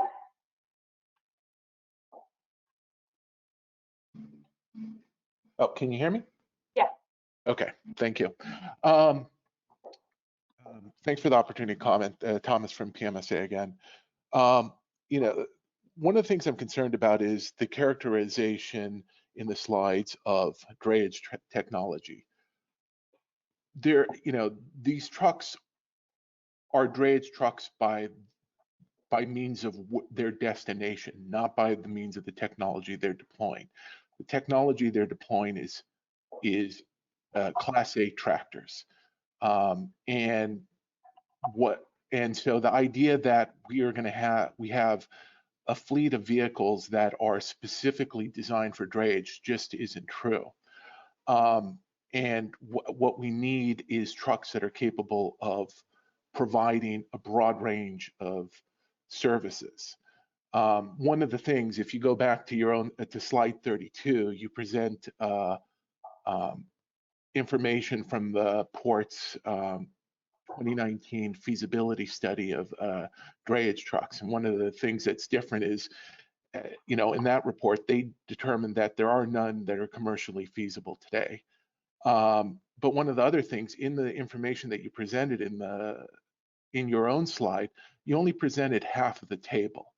The table that's from the actual report actually defines a broadly what the document defines as a broadly applicable truck, and it says it defines parameters of what a broadly applicable truck is needed to provide both drayage service and the other needs that trucking companies provide. And then the second half of the table, which you do present, is only the assumptions for the economic and infrastructure analyses, not the assumptions that were developed for what was needed to replace port drayage. So I'm a little concerned that you seem to be misrepresenting the portions of the port's feasibility study, and then I'm also concerned with, again, the characterization of drayage trucks as a type of technology rather than a characterization of their destinations. And that goes to the fundamental structure of this rule. If these trucks need to be broadly capable of doing the same stuff as any Class A tractor, the rule should be consistent across all Class A trucks, not just a segment of them. Yeah, thanks, Thomas. I think that in general, you know, from the previous rule, is that there is somewhat of a dedicated fleet that conducts drayage, and that's for a few different reasons. And part of that has to do with the registration requirements that are involved, the concession agreement, the TWIC cards, it goes on, where drayage has somewhat segmented itself to, being a more specific category. I do agree that there's a lot of different applications and the trucks are very diverse. Maybe one day they're doing some type of near dock application where the next day, like you said, they could be going to Vegas. So we are trying to think about how that would work. If some of the trucks may be more localized as a result of this rulemaking, those things are all under consideration. So I appreciate the comment. We understand. And I have a few more hands raised. Let's start with Chris Shimoda. I've unmuted you. Go ahead.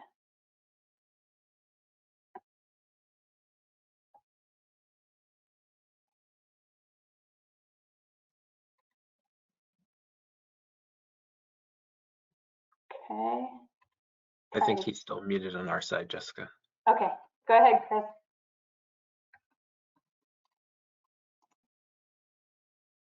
Thanks, Jessica. That took a second to get unmuted there. So appreciate the overview on the incentive side.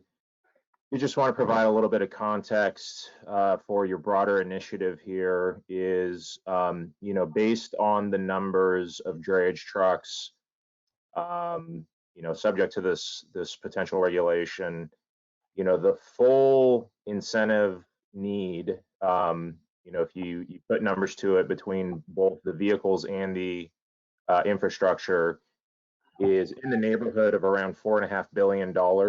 I'm using the numbers based on the ACT sales percentages for Class 7 and 8 tractors, which the preponderance of those vehicles were meant to go into drayage service. And so, did want to point out that, all incentives are great. Very glad you did this overview, and, encourage any fleets on the webinar to apply, but we are woefully short of the kinds of public investments that are going to be needed to make this program a success. And this $4.5 billion is also in the context of, this is one segment that you are attempting to electrify at this point. There are many others, all of which are going to need the state's support to make this effort successful. I think the mobile source strategy had some numbers for the governor's full executive order over the next 5 years, looking in the order of like, $50 to $60 billion needed, or excuse me, $5 to $6 billion needed a year, $30 billion total over the next 5 years. So it is, I think, useful to point out from the agency's perspective that, again, while the existing funding programs are great, there is a huge need out there to do more. And in the absence of that state support, we're really not going to be able to go as far with this program as I think, both the agency and other stakeholders would like to see. So, just wanted to contextualize the incentives currently available versus, what the true need is going to be to fully implement this program. Thank you. Thank you, Chris. And I have Ryan Kelly. I'm going to go ahead and unmute you if you want to unmute yourself. Yes, hi, can you hear me okay? Yeah. Excellent, yeah. Good afternoon, this is Ryan Kenny with Clean Energy, and thank you for the presentation. I did just want to back up what Thomas had mentioned about the characterization of the technologies, and that's obviously something that our industry has been trying to point out to staff and board members as well, that there just is not a Class 8 zero-emission vehicle that can displace a diesel truck in the near future. And for tomorrow's hearing, you mentioned the HVIP issue, and we're advocating strongly that we need the low-NOx trucks need to be left in until a suitable landing spot like Harlem Lawyer can be modernized. And if HVIP goes away, there is not a incentive program in California that's going to be an effective driver of low-NOx truck adoption, and that's a real problem. So we hope the board and maybe even staff could to work to change that. I also want to highlight too that the presentation did focus on the 2035 deadline that's mentioned in the executive order. And again, our industry is very concerned about the lack of a near-term emission deadline. It does reference 2023, federal payment deadline in this, but mostly for drayage, it's 2035. So we do think that there needs to be both a near-term and a long-term goal, with low-NOx trucks being a part of it because of the absence of an effective zero-emission truck to replace those heavy-duty diesel trucks. So with that being said, I just want to reiterate that we do think that HVIP should include a low-NOx truck option, and we'll see how things go tomorrow, but we encourage the staff to continue working with this industry to try to find a near-term solution. Thank you. Thank you, Ryan. And I have Jimmy O'Day. I'm going to go ahead and unmute you. Go ahead and unmute yourself. Hi. Thanks again for all the great details and looking at the industry from all the different aspects that it entails. Jimmy O'Day, Union of Concerned Scientists. On the costs, I just want to emphasize the role and importance of CARB's policies in driving industry forward. Just hearing comments about technology not being available. That's the point of the ACT rule, is to increase availability. The ACF to get these vehicles on the road. Costs, these regulations are coming down, are coming down the road, and will create a market and drive costs down. I think, appreciate Chris's back of the envelope calculations about, the amount of money that this transition will take, and it certainly is a lot. I think it will be less than what Chris outlined. I think Chris was assuming the price won't go down for the needed voucher amount, just based on my quick comparison. And we expect it will. We know there's a wide variety of truck costs across OEMs today already, and what they've announced and indicated. So I guess I just really want to emphasize the importance of CARB's policies in providing the vehicles and lowering the costs, and really addressing the barriers that I think a lot of folks have raised, that do exist today, and we need to overcome them to get where we need to be. Okay, thank you, Jimmy. And I have Kevin McGuy. I've unmuted you. You want to go ahead and unmute yourself?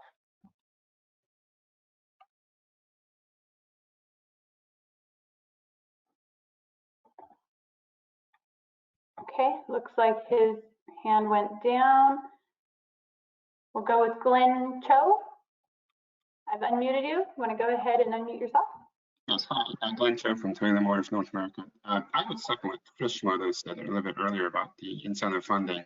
We do appreciate that CARB has all these funds available that's shown in slides 44 and 45, but there are funds that are available now, and they're pretty much exhausted pretty fast. In fact, HVIP is a very popular program, and it's merits to the success of that program that it's really exhausting super fast. But that's where the issue is, that we do recognize and these are all market signal messages that we're sending out to the operators and the fleets. But one thing we do recognize is that when the fleets and operators will purchase these vehicles, there are no additional incentive funding available, or they're on a wait list. So there is mixed messages here that's being sent out that says we do have funds, but you have to wait while you have a regulation that's coming down. We do ask that the staff try to work with the incentive team to figure out if there is, or possibly of a dedicated Drayage incentive program to support the 2023 purchase rollout. As well, in terms of LCFS, we do recognize the merits of that program. We think it's a phenomenal program, but we also wonder is who are the Drayage operators that can tap into that program? If there are small mom and pop operations that don't have a dedicated yard or a station to build upon, it may be very difficult for them to capitalize on the LCFS. So thank you.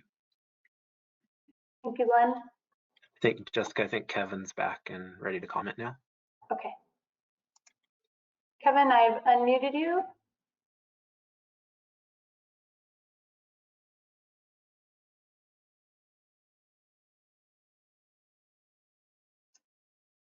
I see he's unmuted, but I don't hear anything. So we can try again, unless Kevin, you're there. Okay, I'm gonna go ahead and Patrick Couch, I'm gonna go ahead and unmute you if you wanna unmute yourself.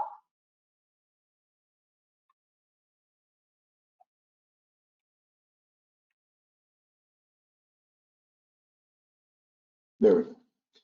Patrick Couch with Gladstein Andros and Associates. I just wanted to touch on the incentive issue here. At some point in the future, I think the hope and the expectation by many is that electric and hydrogen trucks will get to a point where their TCO is competitive with diesel absent incentives. And at that point, there will be enough private funding to help folks that are cash constrained to purchase these vehicles anyway. It'll look very much like we see with residential solar models, right? Where it's no money down, you get a lease, the savings are paid for, or the cost of the vehicle is paid for in part by the savings, right? So there will be a structure at some point where private equity will be able to fund trucks even for people that don't have the capital available to them. We're not there yet. We're a long way from there. And I would caution against not including a component in this rule that recognizes that TCO threshold, because we don't have unlimited incentive dollars. We all wish we could just buy everybody the cleanest technology out there and check our air quality and climate change boxes, but that's not reality. So I would strongly recommend that you consider a component in this rule that looks at the X incentive TCO and limits the purchase requirements significantly until we hit that point. In other words, those purchase requirements shouldn't exceed the amount of incentive dollars available. Otherwise, we're sort of leaning on HVIP, which is heavily competed for funds, maybe a fixed Moyer program, which will also be heavily competed for funds, to pay for an industry-wide change. And I just don't believe there's enough incentive dollars to really rely on those programs broadly. So, much like you have off-ramps and other check-ins on the ICT regulation with transit fleets, I think having a similar check-in here based on TCO and available incentive funds would be something worth considering. Yeah, thank you, Patrick. And I know that Paul and his team this morning spent a lot of time talking about what that might look like and some of the costs associated with that. So that's work that will continue to go on, as well as work with our incentive programs. So thank you. I have Patricia Portillo. I'm going to unmute you. Just unmute yourself. Hey, this is Patricio Portillo with the Natural Resources Defense Council. First of all, I'd like to thank staff for this great presentation and all your work on this so far. This is more of a general comment. I really just wanted to add our strong support for converting the entire drayage fleet to zero emission by 2035. That's what the board committed to, and Governor Newsom reinforced. Also, strongly support CARB's explicit commitment to prioritizing action in the low-income communities and communities of color that surround the ports. I'll add that the 2023 registry timeline, I think it's a great way to avoid backloading the rule. But to earlier points raised by community groups in this meeting, the need for diesel emission relief, that's been yesterday. So I'd strongly encourage CARB to explore ways to incentivize early ZEV deployment before 2023 in this drayage segment, similar to how there's voluntary early action incentives in the ACT rule.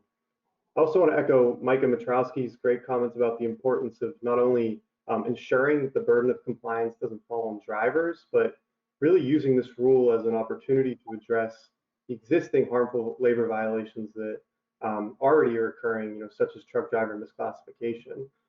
Doing this will really maximize what the public benefits from this rule. And then lastly, on the infrastructure side, I think an important feedback loop exists that is often overlooked between this rule and infrastructure. Getting this rule in the books with like a clearly defined transition schedule to 100% zero emission fleet, it will send a critical market signal that will unlock IOU, public power, and third-party provider investments in infrastructure. And it's really important that we don't forget about that. So thank you. Thank you, Patricio. And we can try Kevin again, or we try Kevin one more time here. Kevin, I've unmuted you. Hi, can you guys hear me? Yep. Okay, thank you. Sorry about that. Thanks for trying 3 times for me. No problem. A few comments. I see that you guys are referencing 160 miles per day from the Ports Clean Air Action Plan, and I saw that was referenced in the report. And I just caution against using an average. I think that that's kind of misleading. It inherently implies that that if that's your target, you can't complete all of the work that needs to be done, because there's gonna be a lot of daily uses that are going to go over that amount. And it looks like the ports, what they did was looks like they took 46,000 miles per year and just evenly divided it across the year. When one of the commenters earlier mentioned that the work is seasonal, so a lot of times during the year you're going to put on a lot more miles. So I think that 160 is kind of isn't an accurate number to use if that's what you're using as your target and trying to determine whether there are feasible technologies out there. Another thing is that my question earlier about incentives being allowed to meet compliance wasn't addressed in the incentives section. It seems like something like HVIP would be allowed, which is $25 million, and that's between all classes of trucks and not just drayage. But will things like Moyer and VW and other pots of funding be allowed if this is for compliance? I think that there's pots of money there. It's not going to cover it, but I mean every dollar would count, unless you can't use it for compliance for this rule. And you showed on one of the slides the trucks that are eligible for HVIP.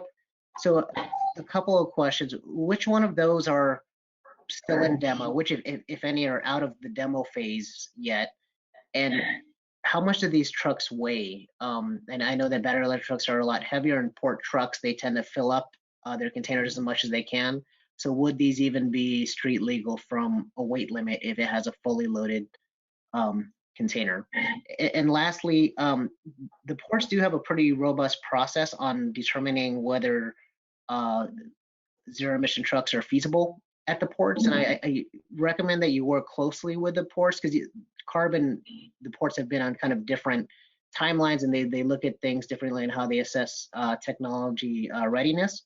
But now that the goals are aligned of 2035, I think that those should be coordinated. And I think that the ports have a kind of a higher bar for determining feasibility than what I've seen out of CARB. I think that the last thing we want is things to be deployed before they're really tested out and prove that they can be operational, economic, and technologically feasible. Thanks. Thank you, Kevin. And as far as the trucks that are on those are the HVIP eligible trucks list that you're seeing on slide, I don't know what slide that is at the moment. Slide 38. Yeah, did you want to respond to that, Shay? My only thought for the weight class is to refer to the what Paul mentioned earlier about AB, I think it was 2160, that allows for electric vehicles to be 2,000 pounds overweight as compared to that of the diesel trucks. Yeah, and I would also add in, especially on the broader HVIP question that you had, Kevin, our HVIP team does go through a process to ensure that these things are really commercial ready before they add them as an eligible vehicle for HVIP. We'd have to link you up with them to get into the specifics of that process and really look at the specifications of each individual vehicle. So if you'd like to follow up with us and do that, we're more than happy to set up a follow-up meeting on that subject. This is Tony. I'm going to go ahead and add a little bit to the funding question that you asked. I mean, so yes, we will look at how we structure the strategy in terms of what it means in terms of funding. But broadly, most of the sources of funding do require that action be early or extra, some by statute and some by policy. But as the description of the current proposal is that you would be required to replace your truck once it achieves that end of useful life. Which suggests that if you're replacing your truck before that end of that useful life, then there would be no restriction for most funding sources. And at that point, it would just be a funding program determination as to what's being prioritized and what's not. So I think the door can stay open, but at the same time, I think as the cost discussion was referenced earlier, and what our prior analysis was showing is that we do believe that these total cost of ownership will be neutral.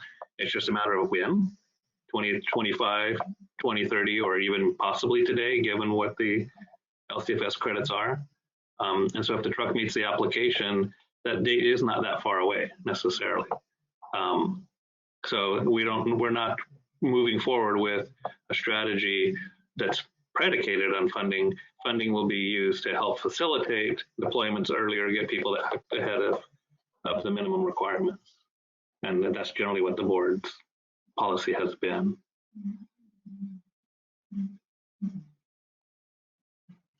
Okay, we have a question from Jack Symington. I'm going to go ahead and unmute you. Oh, hi. Thank you. This is Jack Symington here with the Los Angeles Clean Tech Incubator. Thank you all for putting this on. One kind of question I had for CARB is if there's been any considerations of putting a higher priority on having the larger fleets who can afford it to transition first. Certainly the San Pedro Bay ports have a drayage registry where you can see how many fleets have more than 100 trucks registered with the ports, and these are well capitalized fleets, which would be great candidates to lead the transition. So it'd certainly drive volume in the near term. And so I'm curious if CARB has considered coordinating with the ports to structure the rulemaking to accommodate that.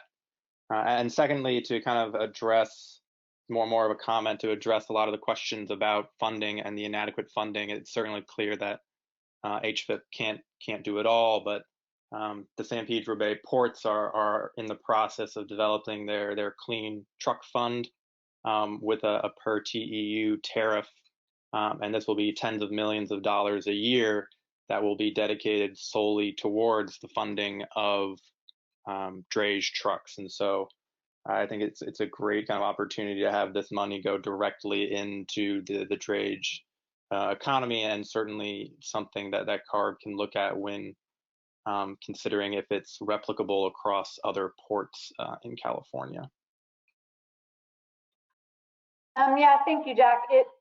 As it was in the past, it's super important that we partner with the ports to make sure that not only that the rule makes sense for the operations that they have, but we're also consistent in our planning and our funding programs. So thank you, appreciate that comment. Okay, we have a hand up. We have Tom Swenson. I've unmuted you. Do you want to unmute yourself? All right, thank you. This is Tom Swenson with Cummins. I'm going to stay on the incentive piece for a moment. So I think I've seen the slide that show the various funding pots, at every rulemaking, and I think this gets presented as if it's available for each specific rulemaking when it's really available for the collective rulemaking. When I talk to transit properties, they're in their plans, they plan to use the bulk of this fund, these funds, to deploy what they have to deploy. And so you can only spend, the dollar once. And so I think you got to be really careful how you present this, that it's not just drayage or it's not just transit, it's they all have access. And yes, the price probably is going to come down, but it's still going to be a big number. And to say that these incentive programs are going to help here and help here and help here, right? And the here's are each different rules. You can't, right? You can't spend the same dollar twice. Yeah, thanks for that comment, Tom. you know, we didn't do the deep dive into this funding plan that we reference here on this slide. That's one of the things that's going to come up at tomorrow's board meeting, where they consider this funding plan. And what you mentioned will be part of that discussion of, you know, we do have a limited pot of funding. You know, we do reference the other state agencies funding, as well as those held by the air districts, some of the funding programs at the ports and associated programs. But there really is a limited funded pot, which many different sources are trying to access at the same time. So the priorities of how we spend that funding and how we really break it up between different sectors, and then programs like HVIP where multiple sectors can access it for, you know, various types of truck purchases.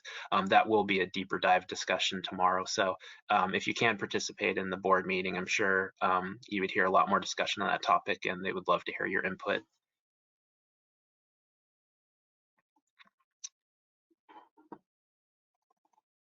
So I know we have a few questions that got put into the chat, so I'll go through those. And if anybody else has any verbal questions to ask, please feel free to raise your hand, and we'll get to that after we handle the chat questions. Let me see here. We had another comment question from David Yao. He said, funding should align with needs. How will CARB ensure equitable application of new regulation among seaports with different operational business models? Perhaps funding parity through allocations for small, medium ports, and a separate pot for larger ports. So thanks for that input, David. Whether it be, you know, some of our purchase incentive programs or our pilot demonstration projects, that's some great input that if you provide directly to those funding teams, they can consider as they develop the guidelines for each funding pot. You know, that's definitely something that we can consider going forward. But if you participate in the individual public workshops that we'll have on those applicable funding programs and make that specific recommendation, our various funding teams can definitely take that into consideration as they spec out the final details of each opportunity. David also asked, will there be financing to reduce total cost of ownership and shrink the gap between haves and have-nots? Can the individual truckers get it, or only large fleets and companies? So the financing discussion, which we talked about a little bit this morning for the cost work group meeting, financing has been a big topic of discussion, especially as we worked with some of the ports, especially those in the LA Long Beach region. And I know the city of Los Angeles has been spearheading an effort to really find some creative financing mechanisms to help especially some of the smaller owner operators be able to find the financing necessary to purchase some of these vehicles. And we're also talking to some of the OEMs themselves to see what kind of funding they have available and what kind of new structures they might be able to put in place to support, you know, small, medium, and large size fleets. So stay tuned. That'll definitely be part of the ongoing discussion, and we're engaging with those various folks who offer the financing to see how we can knock down some of those barriers for folks.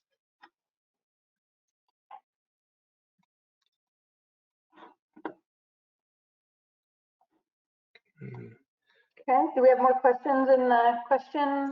Yeah, we have a few more here. So a question from Eva Slover. Has CARB considered the safety handling and operations training for fleet operators driving ZEV and hydrogen electric drayage trucks as an overall grant program element along with ZEV acquisition? So I know we've gotten a lot more requests over the last few years about workforce training and development through all of our grant programs. Yes, that's definitely come up and being considered. Again, I believe that'll be another part of the discussion for our funding program at tomorrow's board meeting. So if you have the opportunity to tune in, please do. And then we'll also have, you know, a lot of funding forums throughout 2021. So be sure to participate in the individual funding program meetings. And if you see that there's an applicable opportunity to really get some workforce training in there, it'd be great if you could bring it up at that time. She also asked what coordination has been done with stakeholder outreach to trucking vocational training schools who may not be ready for full 100% zero-emission vehicle adoption by 2035, which is also a very good question. So as we mentioned earlier today, the Governor's Office of Business and Economic Development is really heading up a broader look at addressing some of the other barriers like workforce training that we need to address.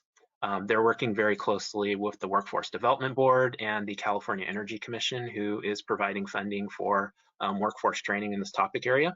So that's definitely something they're looking into. We probably have to follow up directly with those staffs to see if they've interacted directly with the vocational training schools. But the idea is, as we really look at transitioning beyond diesel technology and really getting people trained up to work on zero emission vehicles, that we would cover everything from maintenance to, vocational training schools to, anybody who would need to really understand that technology to transition over and not lose their previous positions. She had one final question, which was, what sort of support level and involvement do manufacturers of ZEV technologies have in supporting fleet readiness? I guess I'll go ahead and start, and I think Tony might be able to add to this one. But I think they definitely need to play a big role as we roll out this new technology, whether it be educating vehicle purchasers up front and training them on these new technology types that they will be adopting. There will undoubtedly be some differences between their standard diesel vehicle that they're used to and these new technologies, whether it's from a operations or maintenance standpoint. So the OEM involvement is definitely going to be very important with that. Tony, do you have anything to add on that one? No, I think you largely covered it. I mean, as we work through the issues and over time, we'll make sure that we can make information available, and also identify where other reliable information is for people to ultimately make their decisions.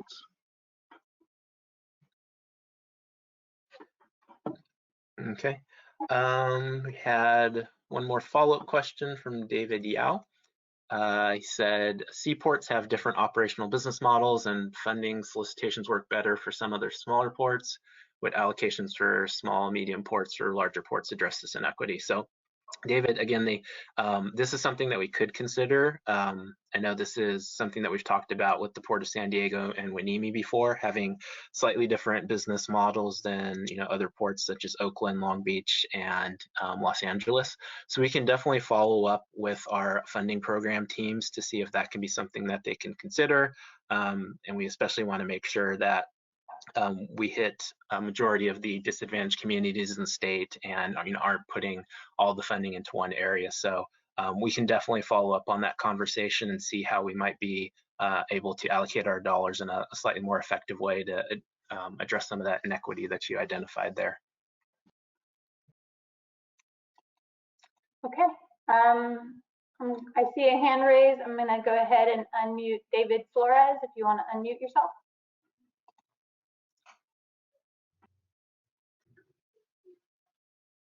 Hi, can you hear me? Yeah, we got you.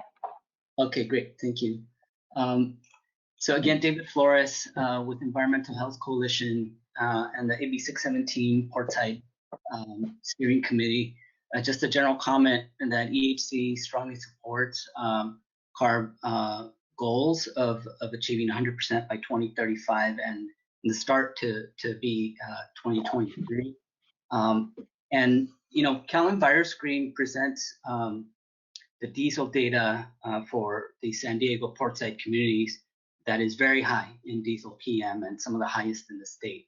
So it's important that the drayage truck inventory and the baseline emissions be collected around the Port of San Diego. So I'm glad to hear that that is being worked on. Questions from the community are how can the community identify the current emissions, right, for truck fleet servicing the port, and then for our 617 goals, inform those reductions moving on through the SERP implementation. So it seems that AB 617 communities adjacent to port would be important to at least provide them with that baseline and then the annual emissions check. Besides sharing the Luskin study, is there coordination with all of the utility companies to advance electrification sooner and stay ahead of ZEV phasing? That's one question. The next one is along the same lines. Is infrastructure being left to the utility and the individual ports to plan? Shouldn't there be some kind of or a sister plan for infrastructure electrification? At the very least, could this be prioritized for disadvantaged communities? So David, I'll start and anybody can add to this. So the infrastructure group is kind of an ongoing kind of working effort. And so I think that most of those, the challenges that we have is how do we, focus those efforts on the disadvantaged communities. I know that, their voice is being heard. I know they're participating, at least with the AB 617 groups. So, that's a question we can take back to make sure that's happening and bring that back to you as well. Thank you. Yeah, I would just add, so it's not just being left up to the utilities and the ports to plan out this infrastructure.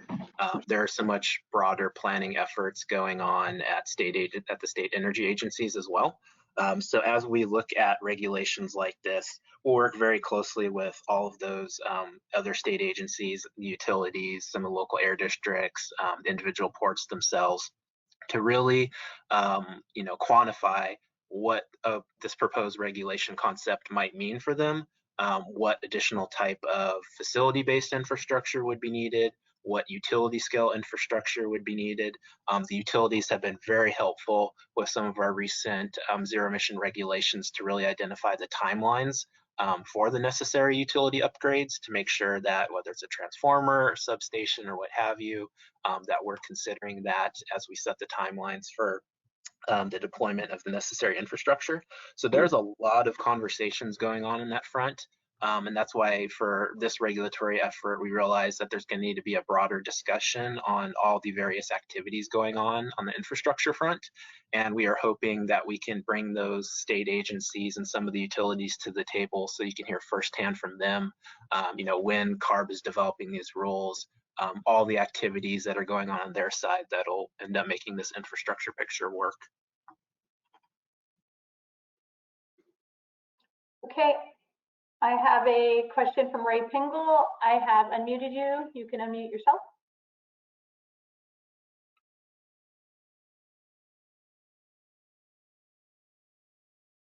I see you're still muted. Can you hear me now? Yep, we got you. Thanks. Ray Pingle, Sierra Club, California. And I wanted to talk on financing for a minute. So I'm far from an expert on financing, but it's my understanding that a large share of diesel trucks today, especially from smaller and medium-sized fleets, are purchased from the financial divisions of OEMs and dealers and rental leasing companies like Penske and Ryder, for example. And this same process, I think, will continue with electric vehicles. And these organizations are really getting on board and understanding that selling an electric truck is a very different proposition from selling a diesel truck, and that new customers to electric vehicles need a lot of assistance on understanding charging infrastructure and how to finance that, and how to finance these trucks with different parameters and questions on residual value and so on. And they're stepping up to the plate. For example, Volvo just announced, was it last week, that you can order their electric trucks this month and they'll deliver them by the end of second quarter. And they're announcing they have like not that I'm a marketer for Volvo, but just as an example, a gold maintenance plan where you don't take any responsibility. They take responsibility for the maintenance. If you want, they'll wrap in the out-of-pocket costs for infrastructure as part of the truck lease program. And they're not the only ones doing this. I mean, Packer's doing this with their Peterbilt trucks that also you can order today, and you can get delivery by end of the second quarter of this coming year. So the point is that these organizations that have been around doing conventional trucks forever are coming up with some very intelligently put together packages that could help meet a lot of these problems for electric vehicles. Thank you.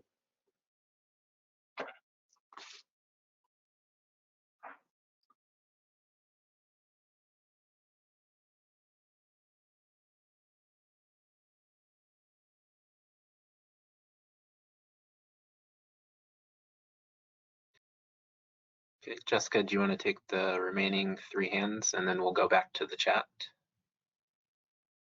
Okay, I have unmuted Samuel Appel. Do you want to unmute yourself? Hi there, can you hear me? Yes.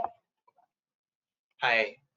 So I'm going a little bit out of order because I was unable to attend the whole workshop here, so I apologize in advance. But I did want to raise the question of that I think has been raised quite a bit here before around misclassification in the drayage space and identifying, regulatory mechanisms by which to hold companies accountable.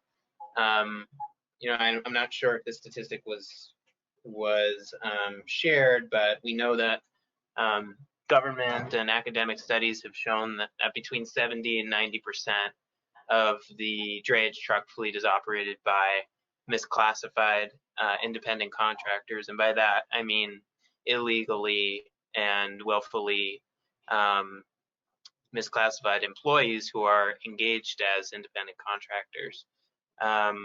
We know that those employees, that those workers are going to have a very hard time converting to electric trucks, affording them, and achieving sustainable financing, given their very low incomes.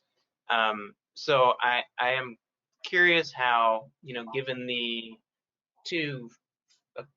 multiple frameworks that have been offered for drayage truck regulation, how the green contracting concept, which has a good goal of holding the controlling companies accountable for transition, how that concept will be applied or combined with the other drayage concepts, including the drayage registry concept, to ensure that that the drivers are not the site of regulatory burden, where it's really impossible for them to achieve to make the transition and absorb all those costs, and instead that the controlling companies, that is the larger companies that direct these misclassified independent contractors, making sure that they are in fact the regulated entity for the rule. So my question is, how did the regulatory mechanisms work together to ensure that goal?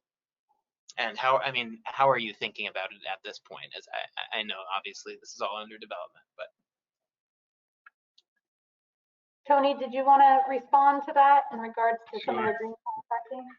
Yeah, so we're kind of what we're referring to is what we did workshop at our last meeting, and I don't remember the exact date already, it was a couple months back. The concept of a registry would also apply actually beyond the port community or the drayage community, largely for the similar reasons. It's that to kind of establish that baseline as to which vehicles would have that minimum useful life before they would be required to ultimately be upgraded. The green contracting concept, as you touched on, is obviously in development, and we're looking to try to identify how to best define requirements that would be applicable to, in essence, the shipper, if you will, rather than the truck owner necessarily. So we're still working through how that would work, and so it's not as clear yet how that would align when you're looking at the trucks that are serving the ports themselves. Because when we're looking at the broader regulatory strategy, we're looking at everything from that can be categorized as last mile delivery, like packages and food and beverage, and a wide range of truck uses. So I guess we can continue to work on that. The best I can say is how do the two align for somebody who's serving the ports and doing other things as well.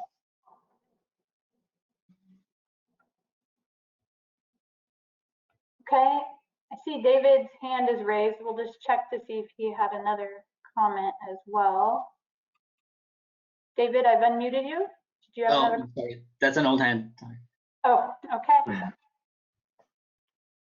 Okay, I don't have any more hands up. Did you have any more questions in the question log, Andre? Yep. So next question is from Hadi Hajimiri from Poppy Mobility. He said, quick back of the envelope calculation points at HVIP covering purchase cost of up to 166 drayage trucks, which is less than 1% of the total drayage truck population of 27,000 units in this segment. Is the assumption that we reach total cost of ownership parity soon enough that operators will place the rest of the trucks without incentive funding?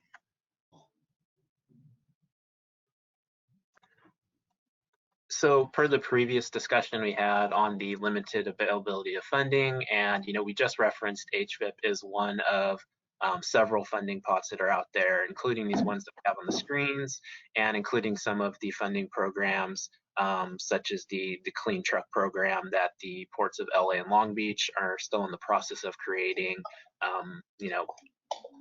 The available amount of funding each year is going to be changing. So the total cost of ownership will be changing as well. And we'll take a look at that to figure out how to best leverage our funding. So as you said, yes, it is limited and we don't have enough funding to, pay for the entire fleet in a single year. Some other estimates, including several $1 billion of needed investment, were mentioned earlier.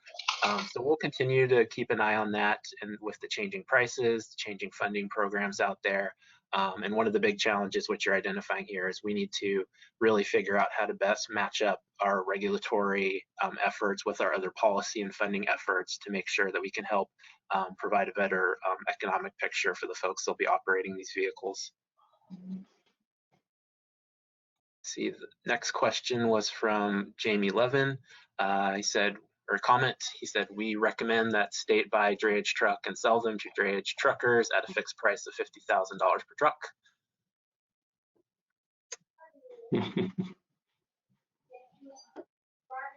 The next comment is Matt Schrapp. Says, hopefully you guys have engaged CPCFA to see how the Cal cap can be used for a creative financing mechanism for fleets of 10 or fewer. So yes, thank you, Matt. That's a great point to bring up.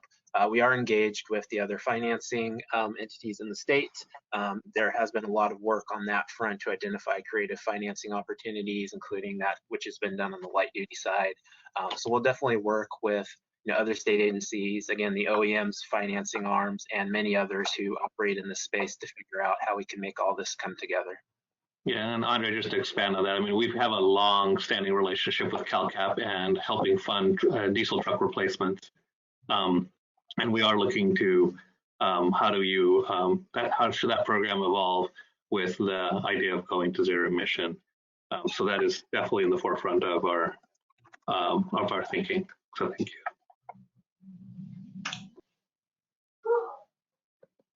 Okay, the next question was from Vicky Ng. She said about the legacy fleet rule that trucks over 18 years from certification won't be compliant in CARB DTR. Does this count from 2023 to or 2035? So Jessica, I don't know if we can go back to the drayage truck registry slide briefly.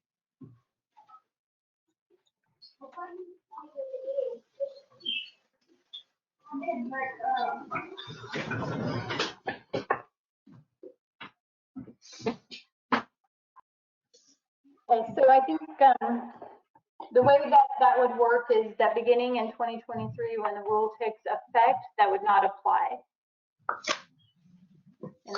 Did I understand that correctly when we discussed that before, Tony? I'm not fully. I think it was a slide before this, wasn't it? But I think the question is, when does the 18 and 13 year life period, I think, begin or end?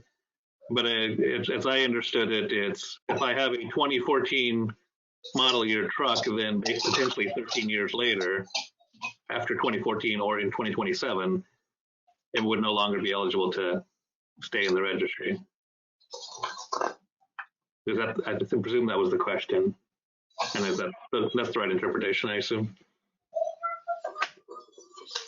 Vicky, if we're misunderstanding anything in your question, feel free to type it into the chat, and we'll see if we can answer it. If not, we're happy to follow up with you after this meeting.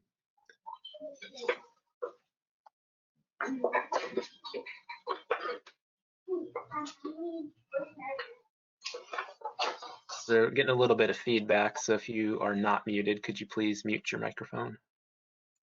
Thank you.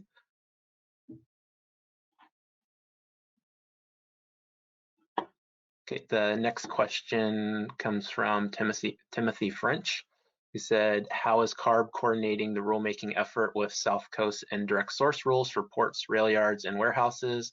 And how will CARB avoid double counting of the benefits? So that's a great question, Timothy. We're working very closely with the South Coast Air Quality Management District on their development of their indirect source rules. As you know, I think they're all at different phases of development right now. I believe the warehouse rule is the next one, which should be heard by their board. So we're working very closely with them to see how things like the menu of options that they have for their warehouse ISR would work in conjunction with the many CARB regulations that will be impacting vehicles and equipment that operate at those warehouses. So we're definitely working with them both to make sure that our regulatory efforts align and that our funding programs that both agencies have do help support that, so that everything's coordinated and we avoid that double counting of benefits that you talked about. As far as the calculation of those benefits, we work very closely with them, especially through the SIP process, to determine where those emission benefits are coming from, which programs the benefits can be attributed to. So we'll be working to figure out how to allocate the benefits to the various programs that go on at the state and local level as well.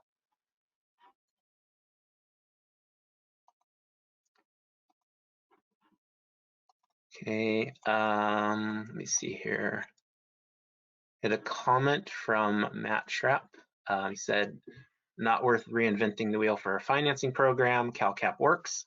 OEMs and local lenders participate. It is a very successful program, and really it should be looked at as the most appropriate solution for fleets of 10 or fewer, as opposed to starting a whole new state program.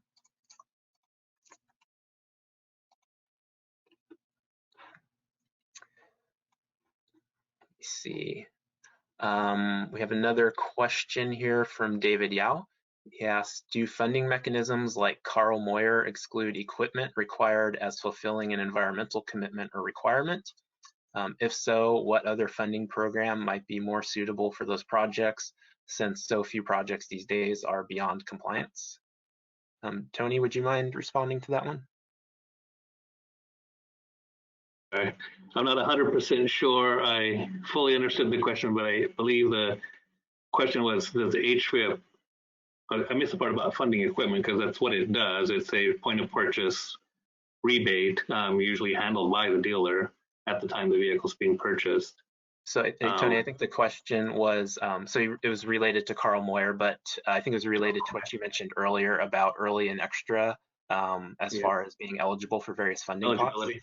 Yeah. Yes. Yeah, no, and things are changing a little because HVIP traditionally has been funding vehicle technologies that go above and beyond emission reductions and is required by the engine standards.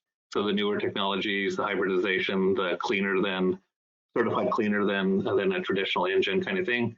And now that we're moving into the regulatory strategies looking at electrification, then that isn't a newer technology anymore per se, or beyond what the rule would require. And so there is some evolution there, but broadly, I think what I mentioned before is most of the funding programs, even the statutorily allocated ones, are looking for early and extra. And as we look at the regulatory strategy, if your date is a 2027 date, then something you're doing in 24 would still be early. And so those don't have to conflict per se. But I also want to make sure, because there's been a bit of discussion on the funding, is as we did our rulemaking before on the advanced clean truck regulation, part of that discussion was our conclusion at that time was that we think this can happen without incentive funding because of the technology improvements and the price reductions and the total cost of ownership is looking favorable if we do this in the right way. It's not favorable for every truck category or every use, but over the time frame that we're talking about, there's the potential to roll it out in a way that is relatively modest, if you will, overall impact on a total cost of ownership basis.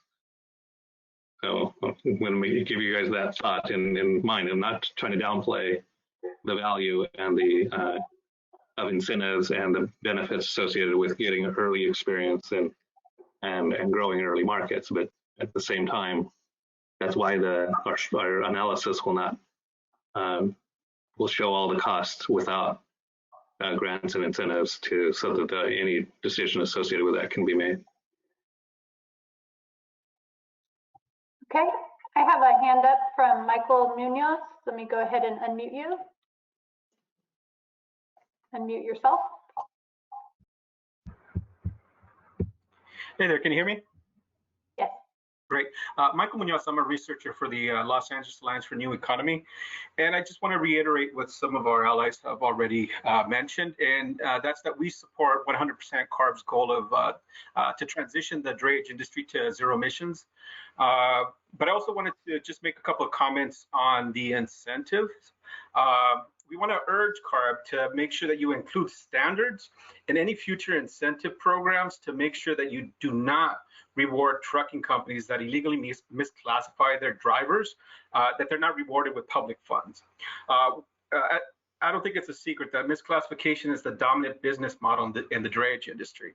And we have to move away from this myth of the mom and pop trucking company, because the overwhelming majority of drayage trucks that move cargo from the ports are either owned or controlled by larger trucking firms.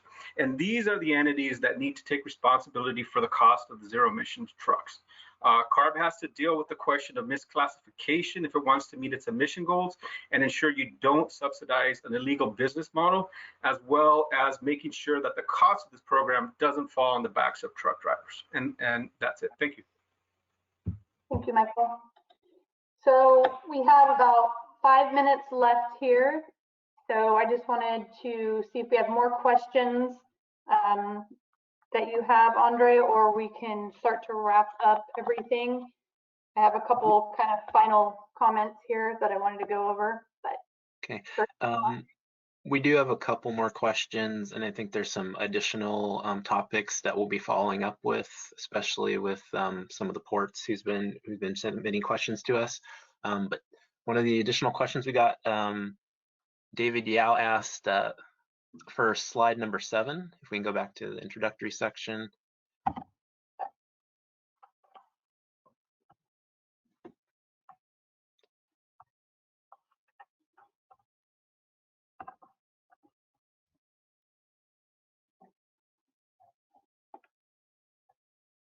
So he asked, slide 7 mentions the reg will support California's transmission to zero emission where feasible.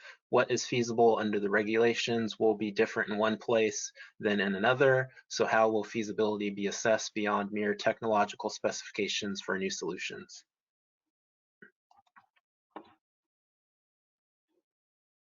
So David, I think I touched, oh, sorry, go ahead, Tony. So go ahead, I think you can start and I'll finish because it's a broad question.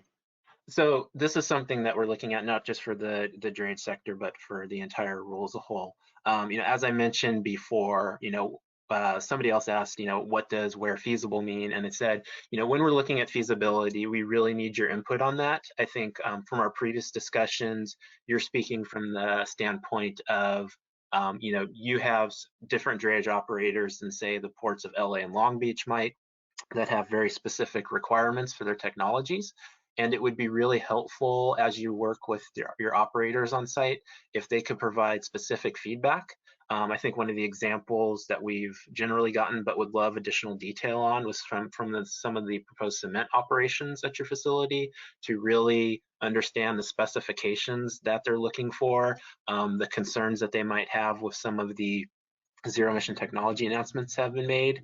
And then maybe we could have a discussion with you some of those operators and some of the OEMs that are coming out with new products to really figure out, where is the most feasible technology that can address those individual needs. But we really need to get into the specifics of the type of applications that we're talking about.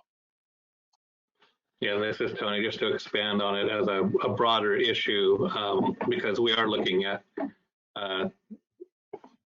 tractors and semis used in other applications, local haul applications that aren't necessarily drayage and so on. And so those all kind of fit in the same boat, if you will. And then, of course, looking at smaller and larger trucks. So one of the things we touched on earlier is that there is a mandatory requirement for fleets to provide us information by April of next year.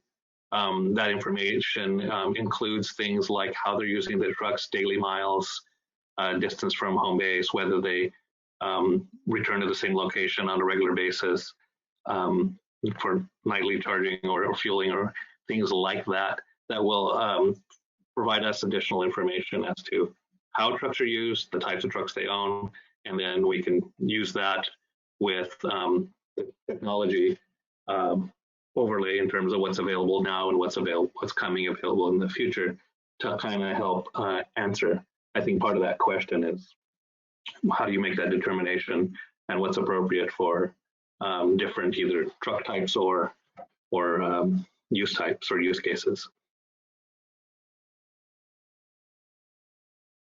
Okay, so we're getting close to 4 o'clock here. So I just want to say thank you for everybody for sticking with us this afternoon. We recognize there's a lot of challenges with this type of transition towards zero. We had a lot of really good input today, everything from looking at a stepwise process, off-ramps, potential changes to the definition, some concerns about labor, additional incentive programs. We've also had a few asks from staff. One of them is, to really help us define operational characteristics, the fleet turnover rates that you use, so we can look at those in more detail. Anything else you want to add to that, Andre? Nope. I think there's been a lot of great questions and comments today. And again, to just keep reiterating, this is an ongoing discussion. It's an iterative process. We really appreciate your feedback as we continue to develop this. And we know, I think it'll make a lot more sense to folks as we start putting out some more detailed regulatory language and what have you. But again, here's our contact info. And if you are interested in having some informal discussions with us to do a little deeper dive on the topics that we've discussed today, please don't hold back. We're going to be moving this regulation forward pretty quickly, at least in regulatory development timelines, over the next year. So the earlier that you get us the input, the better, because it definitely lets us, identify some challenges we have and address them up front as we go to put our next regulatory concept forward. But other than that, just wanted to thank everybody for their time and participation today. And just to also extend, I know that we're working remotely, maybe we don't seem as reachable, but if you email us, we're happy to set up meetings to have those conversations. So definitely, utilize us for those times. We're happy to do that. And with that, I think that's all we have. We're right at 4 o'clock. So thanks again to everybody, and for everybody that helped us get through this webinar today. All your work is appreciated, and we look forward to hearing from you. Thank you.